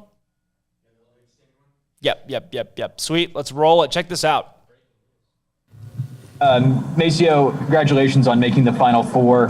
Those 2 threes you hit real late in the game when Arkansas was kind of making their run. What did it feel like to hit those big shots to propel you to the first Final Four since 1950 for Baylor? My teammates, they kept finding me. I think like two possessions before that, Jared, he drove baseline, looked somebody off and threw it to me in the corner. Like, looked the opposing player off and threw it to me in the corner, and I shot it and I missed it. And when I was running down the floor, I remember my teammates saying, "Good shot." I can't remember who it was that said it, but I heard somebody say, "Good shot, shoot again." So I got another opportunity. They found me, and I hit it. And I saw when Davion drove, I saw him like look at me before he drove, and to see like where the defense is going to be, and he found me, and I knocked another one down. So the credit goes to those guys for keeping faith in me. Yeah, John Warner, Waco Tribune Hero. Maceo, what does this mean to you making the Final Four, and what does it mean to the program? It means a tremendous lot to me, but even more to the program. No person is bigger than the program. What we did is history here. Really happy for Coach Drew. He's been here for 18 years, and I saw on Twitter probably about a month ago that we need. Like, I saw somebody tweet something along the lines of we need to start speaking on that Scott Drew has like the biggest comeback story in has like come back from nothing basically in a basketball program, and people need to start talking about that. And so I'm really happy for Coach Drew. He spent a lot of time, dedication, hard work, blood, sweat, and tears into this program, and I'm really happy for those guys, him and Coach Tang and the guys on the coaching staff. Yeah, Maceo, Matt Roberts, Fox 44 TV.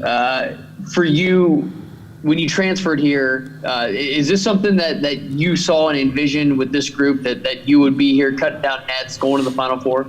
Yeah, for sure. If you let Davion tell it, he's going to tell you that he's the reason I came to Baylor. But on a serious note, though, he did text me and say that if I came here, he felt like we could make it to a Final Four, and we've done that. So, yeah, I feel like and that didn't just happen overnight. That was 3 years ago when him and I got here. And the team, they built themselves up the year that we sat out. We were supposed to projected to go like last in the Big 12 or second to last, came in I think fourth, made it to the NCAA tournament, and then we hit the ground running the year after that, my last year. And then this year we hit the ground running again as well. So we got a lot of guys committed to the program and bought in, and we all know that the program is bigger than us. So we're really bought into that. Yeah, Maceo, obviously a big win today, and congratulations. But are you guys still able to approach every game just like another faceless opponent, or do you feel it building and getting bigger and bigger each week? I don't think that there's any more pressure going into these games than another game. I feel like today it was like a game that we played on January 30th, the Big 12 versus SEC matchup, and I feel like that's all it was today. And just going forward, we just got to be locked in, not get caught up in the moment. All right, we are now joined by Coach Drew. We will start with an opening statement and then go to questions. Remember, when you are called on for your question, please state your name and affiliation first. Coach, can you please give a brief opening statement, and then we'll go to those questions. Well, first and foremost, I want to congratulate Arkansas on a tremendous year, and Coach Musselman's a great coach and has done a great job with that team. Second, our players for accomplishing something that hadn't been accomplished since 1950 and getting us back to a Final Four. And then for all the Baylor fans that have stayed with us in the lean years, Mac and Linda and their staffs that support us so generously. And then our staff, I'm blessed with the best coaching staff in the country. So very happy for everyone to have this opportunity to celebrate. Been to 2 Elite Eights before and seen Duke celebrate and then win a national championship, Kentucky celebrate and win a national championship. And it's nice that these guys were able to celebrate, especially after last year when we were on the verge of having the first number 1 seed in school's history and not having a chance to compete in the NCAA tournament. And as Obim, who was on our team last year and is a GA now, said, Freddie and Devontae, a piece of that net's coming to you. Congratulations on making the Final Four. Wanted to ask you, in kind of the first hour since you've now made the Final Four, what kind of emotions are going through your head and what's it like to be in the Final Four now? Well, I was worried I was going to be able to stay up this late, but anyway, just pure joy, excitement. Obviously tired because it's late and it was an emotional game. But again, seeing our guys having a chance to cut down a net and celebrate doesn't get much better than that come March. What's up, Jeff? Scott. How are you, Scott? Hey, you got to be tired. East Coast time, you're really tired. I'm running strong. I'm not that old. I'm not as old as you. Maybe I am. Take me back to the day, I asked your wife this a little while. Take me back to the day you got the job in 2003, if you can, and just what it was like having the conversations and if you were at all skeptical of taking the job. No, I prayed about it. I felt led to come here. I really believed in the vision of the school from the president and the administrators during that time and what they wanted Baylor to continue to grow and become. And I wanted to be a part of that. Obviously, once we got into the season and you found out that most of your team were walk-ons and most of them weren't over 6'2", then you realized it might be a little tougher than you originally thought. But obviously, the goal was always to build a program that could consistently compete and have an opportunity to play in March. Jerry Hill, Baylor Bear Insider. Scott, you had seen Arkansas have those comebacks. Yeah. You guys never panicked, or it didn't look like you panicked when they got it down to 4. Well, I thought it was really crucial in that first half when Davion picked up his third that their pace and to their credit, I thought we got a little tired and we're used to rotating our guys a little bit more and we were able to have a lead and that was important. And then second half, we knew they were going to make a run at us because that's what they do. That's what any team in the Sweet 16 and Elite 8 is going to do. They're well coached and they don't want to go home either. So credit our upperclassmen for not panicking, and I thought every time they made a big play, our guys really answered. Macio's big threes, Adam big three, Davion getting to the cup. And I just have one question for you, Jerry. Are we going to see your dance tonight? Because hopefully that's posted. Stretch first. I don't want you getting injured. Chuck Carlton, Dallas Morning News. Congratulations, Scott. But you look back at this. You look back at this season. I mean, you tested positive early in the season. Your players and staff went through that 21-day pause. What's this whole journey been like from what you guys have gone through? Well, just like every team's had to deal with it. And first of all, thank you to the medical staffs from each school that have fought hard to give us an opportunity to play in a safe environment. Thank the NCAA staff for being able to put on an NCAA tournament and giving these guys a once-in-a-lifetime opportunity and memory. And then I thought with us, there is no book to this because no one's gone through it before.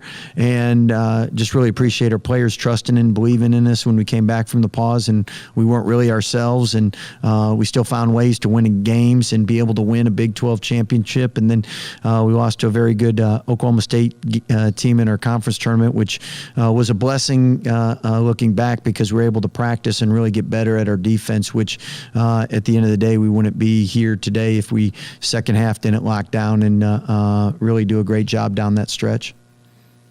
Hey, Dana. Hi, Scott. Congratulations. Thank you. Along the same lines of what Jeff was asking you, you are perpetually upbeat and optimistic. I think sometimes others of us aren't, perhaps. What allowed you to kind of keep plugging along like that? Because you have faced plenty of obstacles along the way. Well, I think I get the positivity from my dad. My dad's the most positive person I know, and I think that's rubbed off on me. And then I've had a staff where iron sharpens iron, and we wouldn't have been able to achieve any of this. And you see just how good Coach Tang is, because he's been here 18 years, and we wouldn't have been able to do what we've done without him. But you've also seen Grant and Coach Mills and Coach Driscoll have great successful careers leading their program. So head coach is only as good as his players and staffs, and I've been blessed to have some great ones. And during those moments when you maybe you're a little down, they do a great job inspiring you. And last thing I'll say, Dane, is I did learn about coffee, and that helps too the older you get. Awesome. Thank you, Coach, for your time. Thank you. Appreciate you guys. Have a good night. Get some sleep. I love it. That right there from Coach Scott Drew. Scotty D, baby. Baylor to the Final Four. Coach Scott Drew and Maceo Teague. First time in modern program history. We'll hit a break right here. Come back. Celebrity birthdays this day in sports history. This is Up Tempo. They're still dancing. For the first time in 71 years, the Baylor men's basketball team has punched its ticket to the Final Four as one of the last remaining teams in college basketball. And it's been a long time coming. The Baylor Bears are back in the Final Four for the first time in 71 years. The Bears used a strong first half to go up on Arkansas by 18 points before leading by just 4 on multiple occasions in the final period. But a couple of clutch threes and a 22-point performance from Maceo Teague was just enough to secure an 81-72 win in Indianapolis. I'll say it again, the Baylor Bears are advancing to the Final Four. As far as their opponent, Houston knocked off a scrappy Oregon State team 67-61 after being outscored by 11 in the second half. The Bears and Cougars will square off Saturday at either 4 p.m. or 7:30. On the women's side, a blatant no call decided the final play of the game as Baylor fell to UConn 69-67. Stars such as LeBron James even tweeted their dismay for the final call that ultimately put the Lady Bears away. Alyssa Smith finished with 14 points and 13 rebounds, while the Lady Huskies' Paige Beckers had 28 points and 3 steals. Baylor's season concludes after 2 Big 12 championships, an Elite 8 berth, and a 28-3 record. Elsewhere, Oklahoma State has extended head coach Mike Boynton's contract for 7 more years after the success of their program this season. Boynton's team finished 5th in the Big 12 and ended the season 21-9. I'm Armstrong Sims, and that's all the news that is news in college sports. This has been Armstrong's Minute on SicEm365 Radio's Up Tempo. With so many companies and policies out there, it gets so confusing shopping for insurance, and I never know if I'm getting the policy that's right for me. Luckily, I met the team at the Niche Group Insurance Agency. With the Niche Group, you can go to one company and get access to coverage options from many insurance carriers, and you get to speak to a real person about your specific coverage needs. With the Niche Group, I know I'm getting the right coverage at the right price. If you need insurance, talk to the experts at the Niche Group at 1-800-258-8302. It takes time to reach goals. It's a truth that applies to more than sports. It goes for your financial goals as well. You work hard for your money, and you deserve an investment strategy that lines up with your game plan. And Tom Albers, your Edward Jones financial advisor, can help. If your financial investments aren't putting forth the effort you desire, stop by today for a financial review. Tom Albers, 4301 Lakeshore Drive, 254-776-7605. Edward Jones, member SIPC. Stepping into the boots of a U.S. Army officer can add confidence and leadership skills to your son or daughter's career path. See all the things they can achieve in our boots at GoArmy.com. U.S. Army Waco Recruiting Company, 254-598-8131 or 254-776-1543. Born in Waco, Brotherwell Brewing exists to serve the Central Texas community with locally crafted beer of the highest quality. They want to bring Central Texas closer to the brewing experience so everyone can enjoy well-made beer as much as they do. For 2.5 years, they've been bringing high-quality beer to Central Texas at their location on Bridge Street in East Waco. And this football season, you need to stop by on game day for curbside pickup or stop by their tent next to SicEm365 at Brazos Parking for your pregame refreshment. Brotherwell Brewing believes in community community and bringing people together to enjoy products made in their community. So for your game day, whether it's a tailgate or at home, stop by Brotherwell Brewing for high-quality craft beer made right here in Central Texas, 400 East Bridge Street, and check them out online at brotherwell.com. Boozers is the wedding ring store and more. If you're ready to get engaged or already married and want to upgrade your wife's ring for a special anniversary, Boozers is the place to go. With the largest selection of premier quality diamond engagement rings and wedding rings in Central Texas. They have 7 cases with over 300 styles of rings from top designers like Natalie Kay. Choose from yellow, white, or rose gold, plus beautiful top quality loose diamonds. With an in-house jewelry, they can also custom make anything you want. Bring in a picture or drawing and let Boozers create your one-of-a-kind pendant or ring. They can even use some of your old gold and diamond jewelry to create something new. At Boozers, you'll find a great selection of quality timepieces, and Boozers is the place for expert watch maintenance and repairs too. They specialize in expert Rolex watch repair for fine jewelry, watches, custom work, and more. Go to Boozers on Valley Mills and Lake Air Drive in Waco. Boozers, the wedding ring store and more. Car has the trucks, man. They have the one for you. Crew cab, short or long bed, silver, black or blue. Texas size selection, great prices too. Richard Carr, he has the truck for you. Carr has the trucks, man. He has the truck you need. If you want the best truck, you want a GMC. Texas size selection, great prices too. Richard Carr, they have the truck for you. Welcome back to Up Tempo on SicEm365 Radio. As there's a drive in a deep left field by Castellanos, it will be a home run. And so that'll make it a 4-0 ball game. Now back to the Bears Den with Drake Toll for a Baylor take on your lunch break. All right, welcome back to the Petty Clinic Low T Bears Den. We're rounding out the show on your Tuesday. Baylor punches its ticket to the Final Four.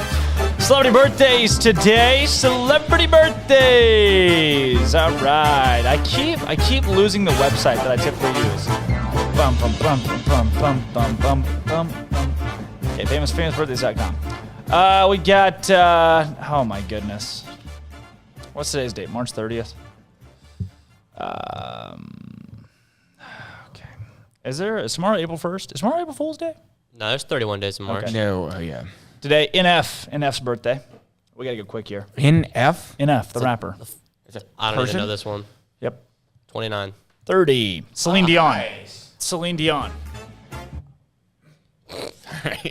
She's getting up there. I'm going to go like 64. Oh. Celine Dion. 53. Whoa. Vincent Van Gogh. Vincent Van Gogh. Embarrassing. Oh, God.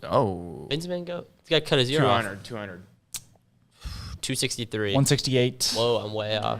Starry Night. Piers Morgan. About 100 years off. Wow, Van Gogh's young. Yeah, facts. Piers Morgan's 56. Richard 56. Sherman's 33. MC Hammer's 59. Eric Clapton's 76. Eric Clapton. The big day. This is a big day. You read that rapper off? Tracy Chapman's 57. You read the rapper Who? off? Give me one reason to stay here. You didn't. And I'll turn right back. Guess what happened today?